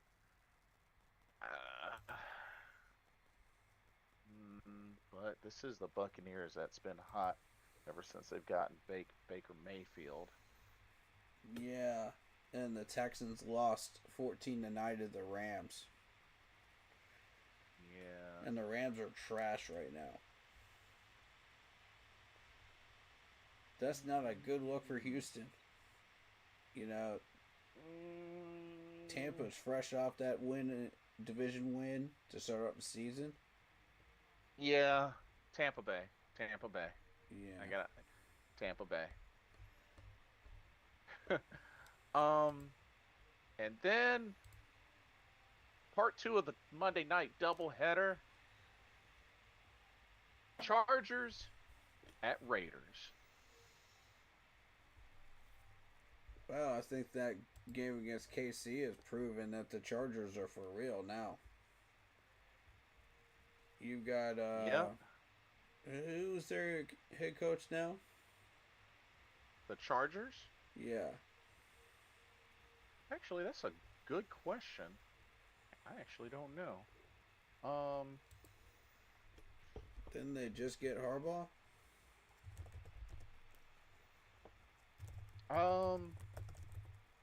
Yeah. Actually, I think they you're did. right. Yeah. They did. Jim Harbaugh. And he actually coached a heck of a game against the Chiefs, man. I was impressed. I watched that game. Ooh, this is interesting. Jim Harbaugh versus Pete Carroll. Yeah, Pete Carroll was kind of looking like he didn't... He's looking like he kind of lost a step in that Patriots game. Yeah, you would think they would have dominated that Patriots game, but... both teams are kind of rebuilding to a degree, so...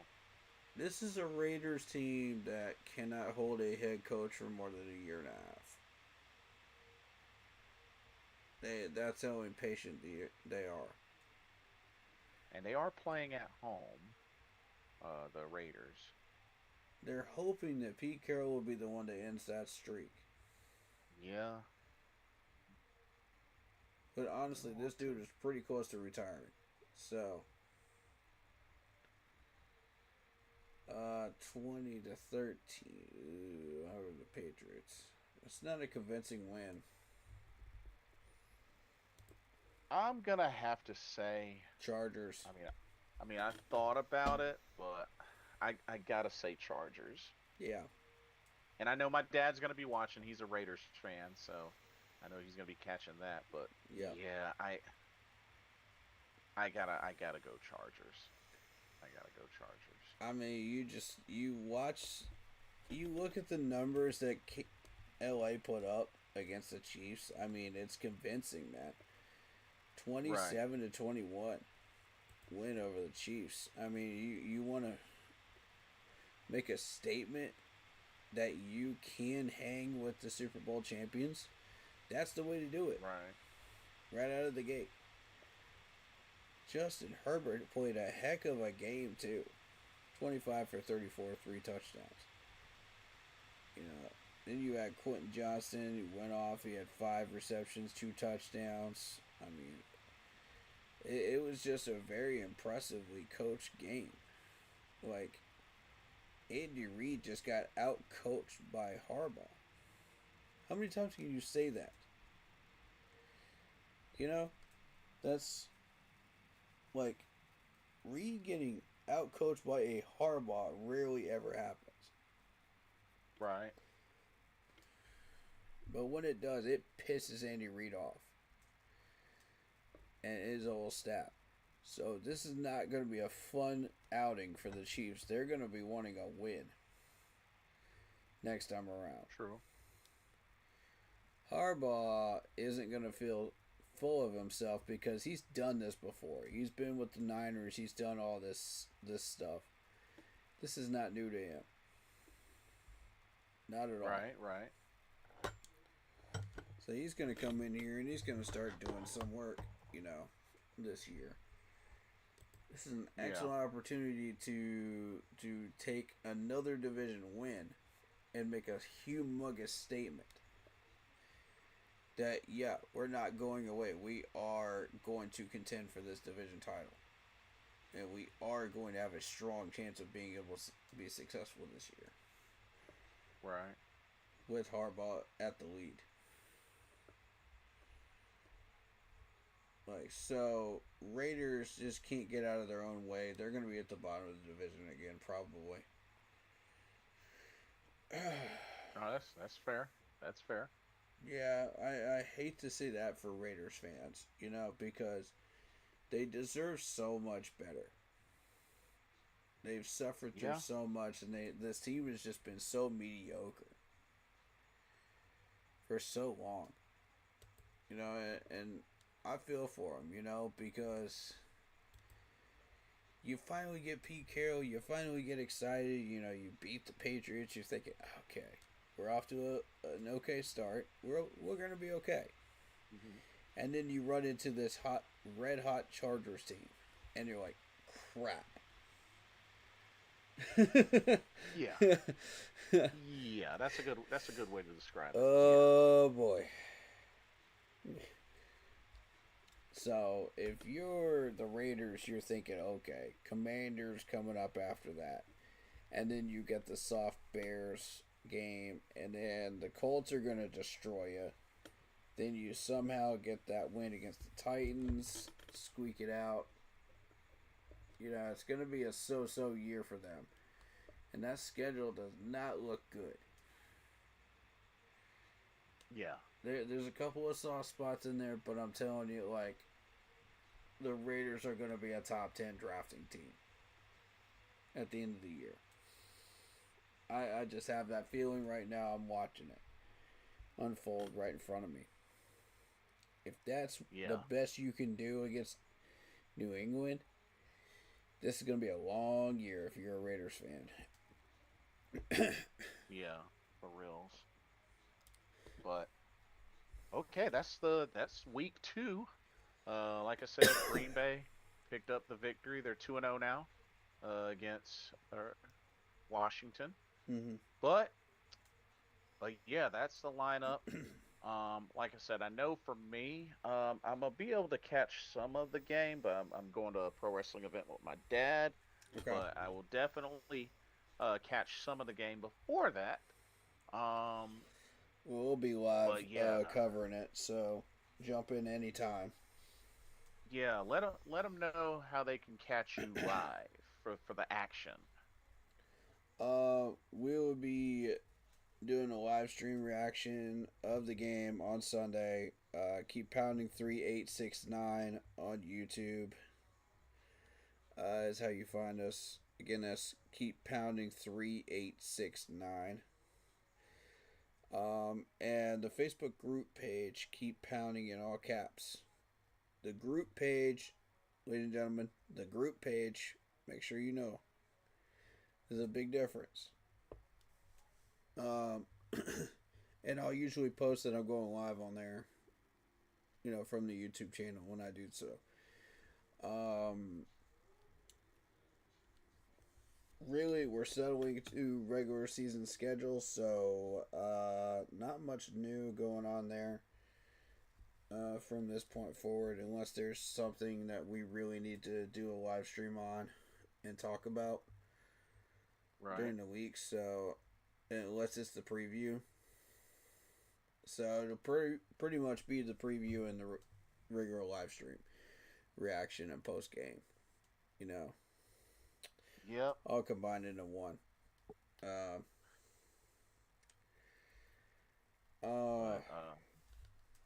Yeah, go sub to all our buddies. C3, Bleeding Carolina Blue podcast. Yeah, got a lot of folks staying busy on these podcasts for sure. So definitely. We appreciate everybody out here, man. One love, it's family. Especially now, man. Like we value life so much right now. We're all one family. We're all together. Exactly. And I want to emphasize that, because these troubling times lately have just really opened my eyes that we really need each other a lot more than we think we do.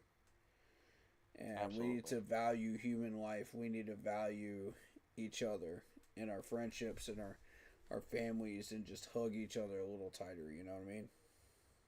Yes, indeed. And spread kindness. Well said. But yeah, definitely second and third and quadruple what Corey said here. Mm-hmm. But also, Carolina, get the win this Sunday. Please. Y'all do not want to go into Bank of America Stadium 0-3 and have to perform in front of the same fans that you've let down on numerous occasions. It's time to get it right. Come on now, let's get it right. Yes, is it still early? Yes, but it's time to get it right now. Get it right now. Absolutely. So I mean, what y'all gonna do? Y'all need to get it right. Need to get it right. Otherwise, it's gonna be backstepping, little by little. Y'all have had Arizona's number over the years. Come on now, let's get this victory. We have worked way too hard to regress like this. It's frustrating, and it's not acceptable. Right. I will not settle for anything less than a win in Arizona.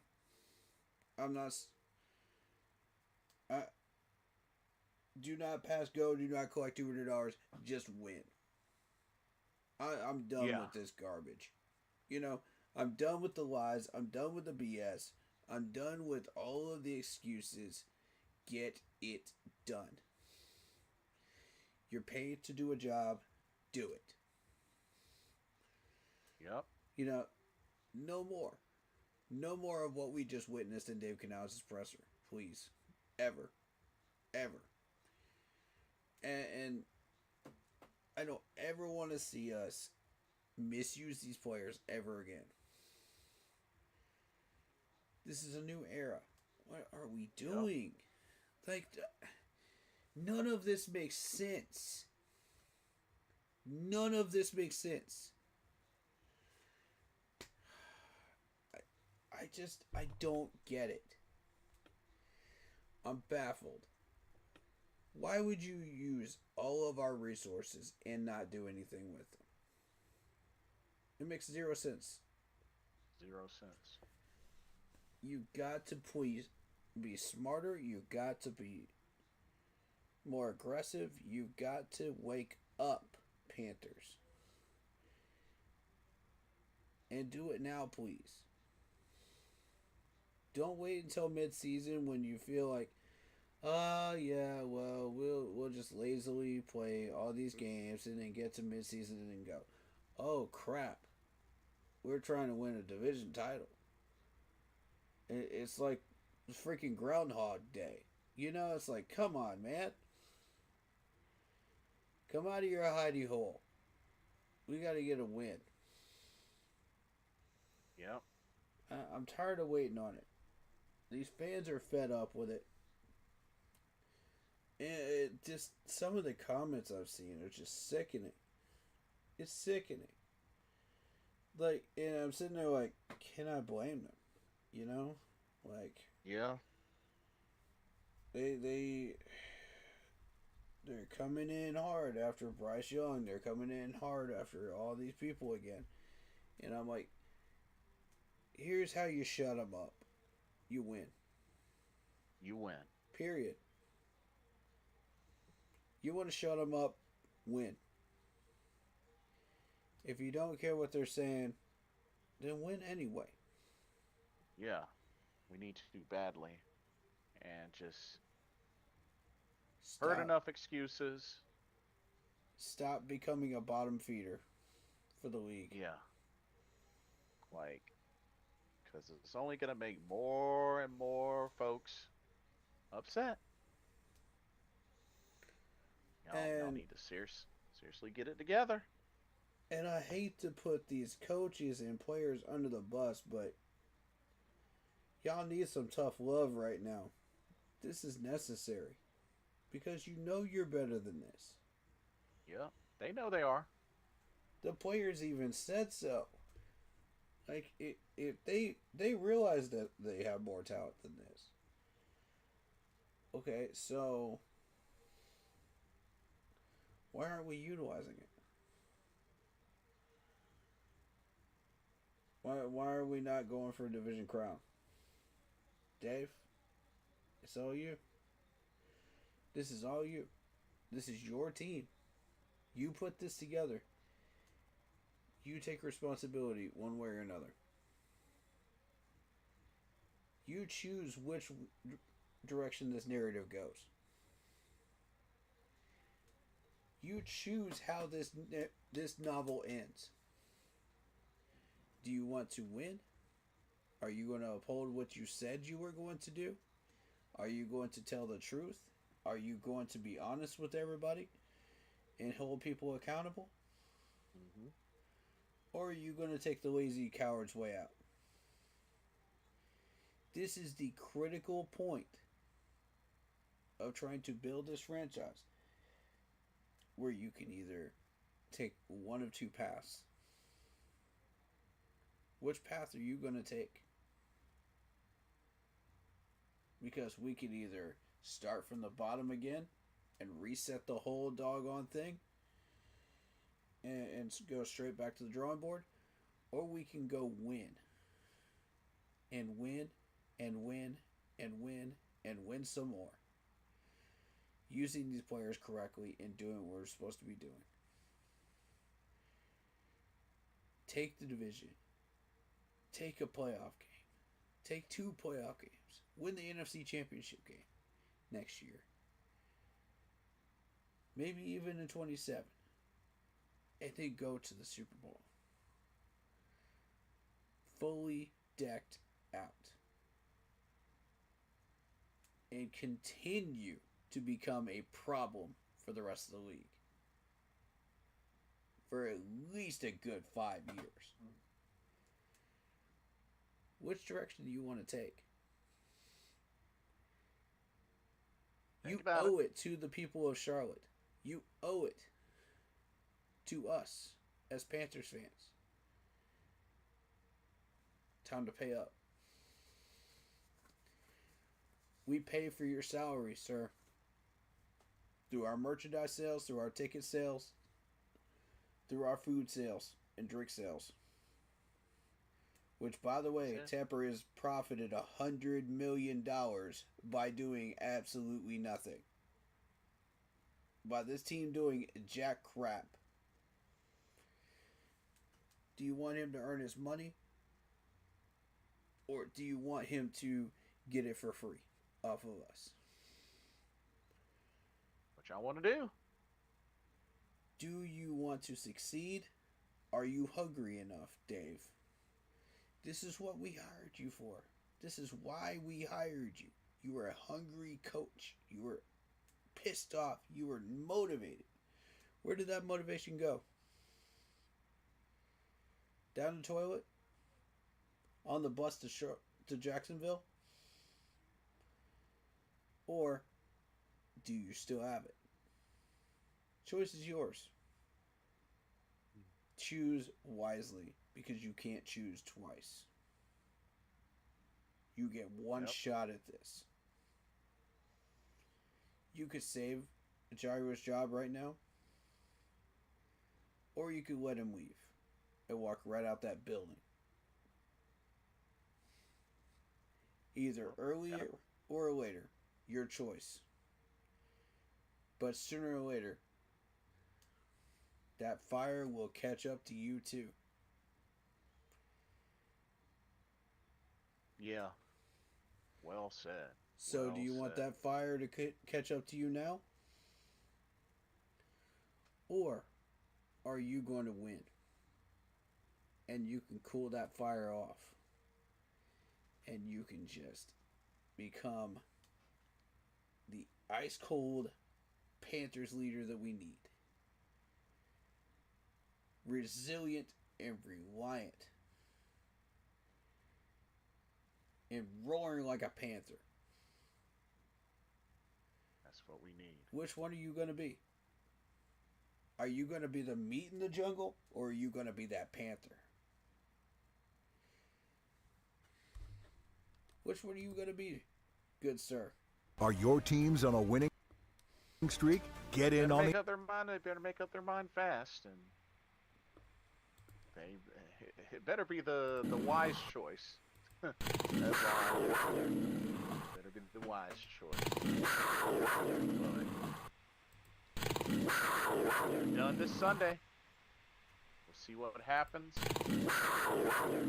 But for the sake of this fan base, and for any chance of y'all to get to where y'all need to be, y'all better start winning this Sunday. But we'll see how it goes. But all right, I want to thank everybody for coming out, chatting it up, and of course, as usual, keep pounding. Some way, somehow, we're going to get through this, even in the midst of all the craziness going on. We're going to get through this, stay the course. Some way, somehow, we're going to get through this. But the sooner, the better. That's all I can say. The sooner, the better. So let's go out here, get this win. Let's cheer our team to success. And who knows, maybe we can go into Bank of America Stadium 1-1. And of course, you know, it's going to be getting closer and closer to October. I'm going to be at that Cowboys-Panthers game. So y'all definitely, when that time comes, y'all definitely better not disappoint me. Shoot. Because I'm actually going to be there. Yo, I dare y'all to pull that type of performance for that Cowboys game. Oh, I won't let y'all hear the last of it. Shoot. Same. That's all I can say. You already know. Same. Shoot. We got 2 roster moves actually signed. Tommy, I'm not even gonna say it. I'm not even trying to pronounce that last name. And Israel Makamiku. Interesting. The safety and a defensive tackle. So there you go. We put Damari Mathis on IR. We signed Jane Cromedy to the active roster. And we waived guard Jatari Carter. So that's what's going on with the transactions, just FYI. Good heads up. Good heads up. They gotta do what they gotta do. They gotta do what they gotta do to press forward, but let's hope it accounts to success along the way. Yeah. But anyway, folks, that'll do it for me. I gotta get ready to hit the bed, but thank y'all so much for coming out. Corey, I don't know if you're gonna continue on your channel, but if so, y'all know where to go. Yeah, probably not. I'm probably going to call Gotcha. it. Gotcha. Well, y'all know the deal. Like, follow, comment, subscribe, all of the above. Most of all, keep pounding. Hit that like button, hit that sub button, hit that bell, select all. If you comment down below if you feel like doing so, and don't forget to check out the Facebook group page. Keep pounding in all caps for in-game posts, polls, opinions, and reactions to NFL news, such as scheduling for the channel and for the Iowa Sports app. Keep pounding Fantasy League. Nice, good rundown, good rundown. But, alrighty, it's been real. Stay happy, healthy, and well. Indeed, and we'll see y'all Sunday for myself, Blitzball Champ, and keep pounding. Let's go get this win. Let's go get it. We'll see y'all Sunday. God bless. Rest up. Take care. Enjoy your weekend. Peace. Enjoy your weekend.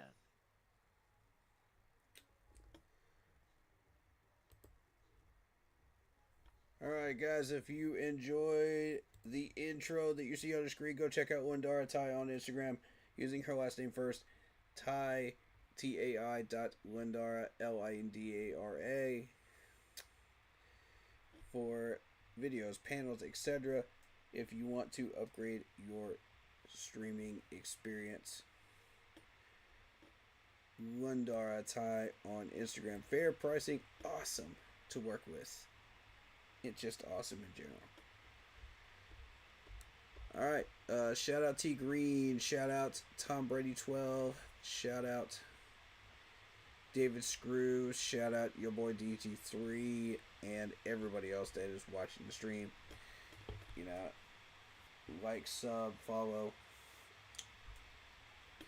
And if you're just checking out the channel and just working, that's cool too. And we love workers. I do it all the time. You do it too. There you go. But we enjoy you. All the same, you are helping out the cause, so I appreciate you.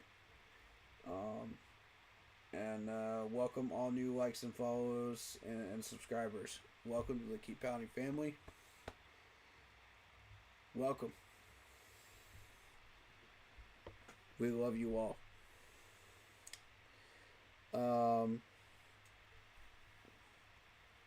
And we'll see you guys on Sunday. This is a 4 o'clock game, correct? You will most likely see me around 3:30. I'm gonna try to start up around 3:30. We'll see how that works out. But we will be ready for game time when it rolls around. Thank you for all your support. Let's see who's live right now. I'm going to send you that direction. Who's live right now?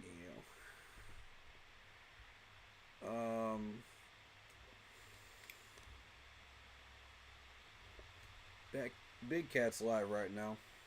Y'all want to head to Big Cat? Go hang out with him. Or go watch some other VODs. You know, the Panthers streamers out there. Pretty good stuff. I highly advise Panther. You need to go to check out Panthers Advice, because Panthers Advice had the stream up with the film review. So go check that out. Really good stuff. Really good information. So, all right. Let me see something. Let me see something real quick. Okay. Is there any college game I really want to do a reaction to? I don't think I do. Georgia, Tennessee. I was gonna say you might see a little bit of me on Saturday, but probably not. Nah. I'm not gonna do any college game reactions this weekend, so I will see you guys on Sunday then. Take care of yourselves, take care of each other, and as always, keep pounding.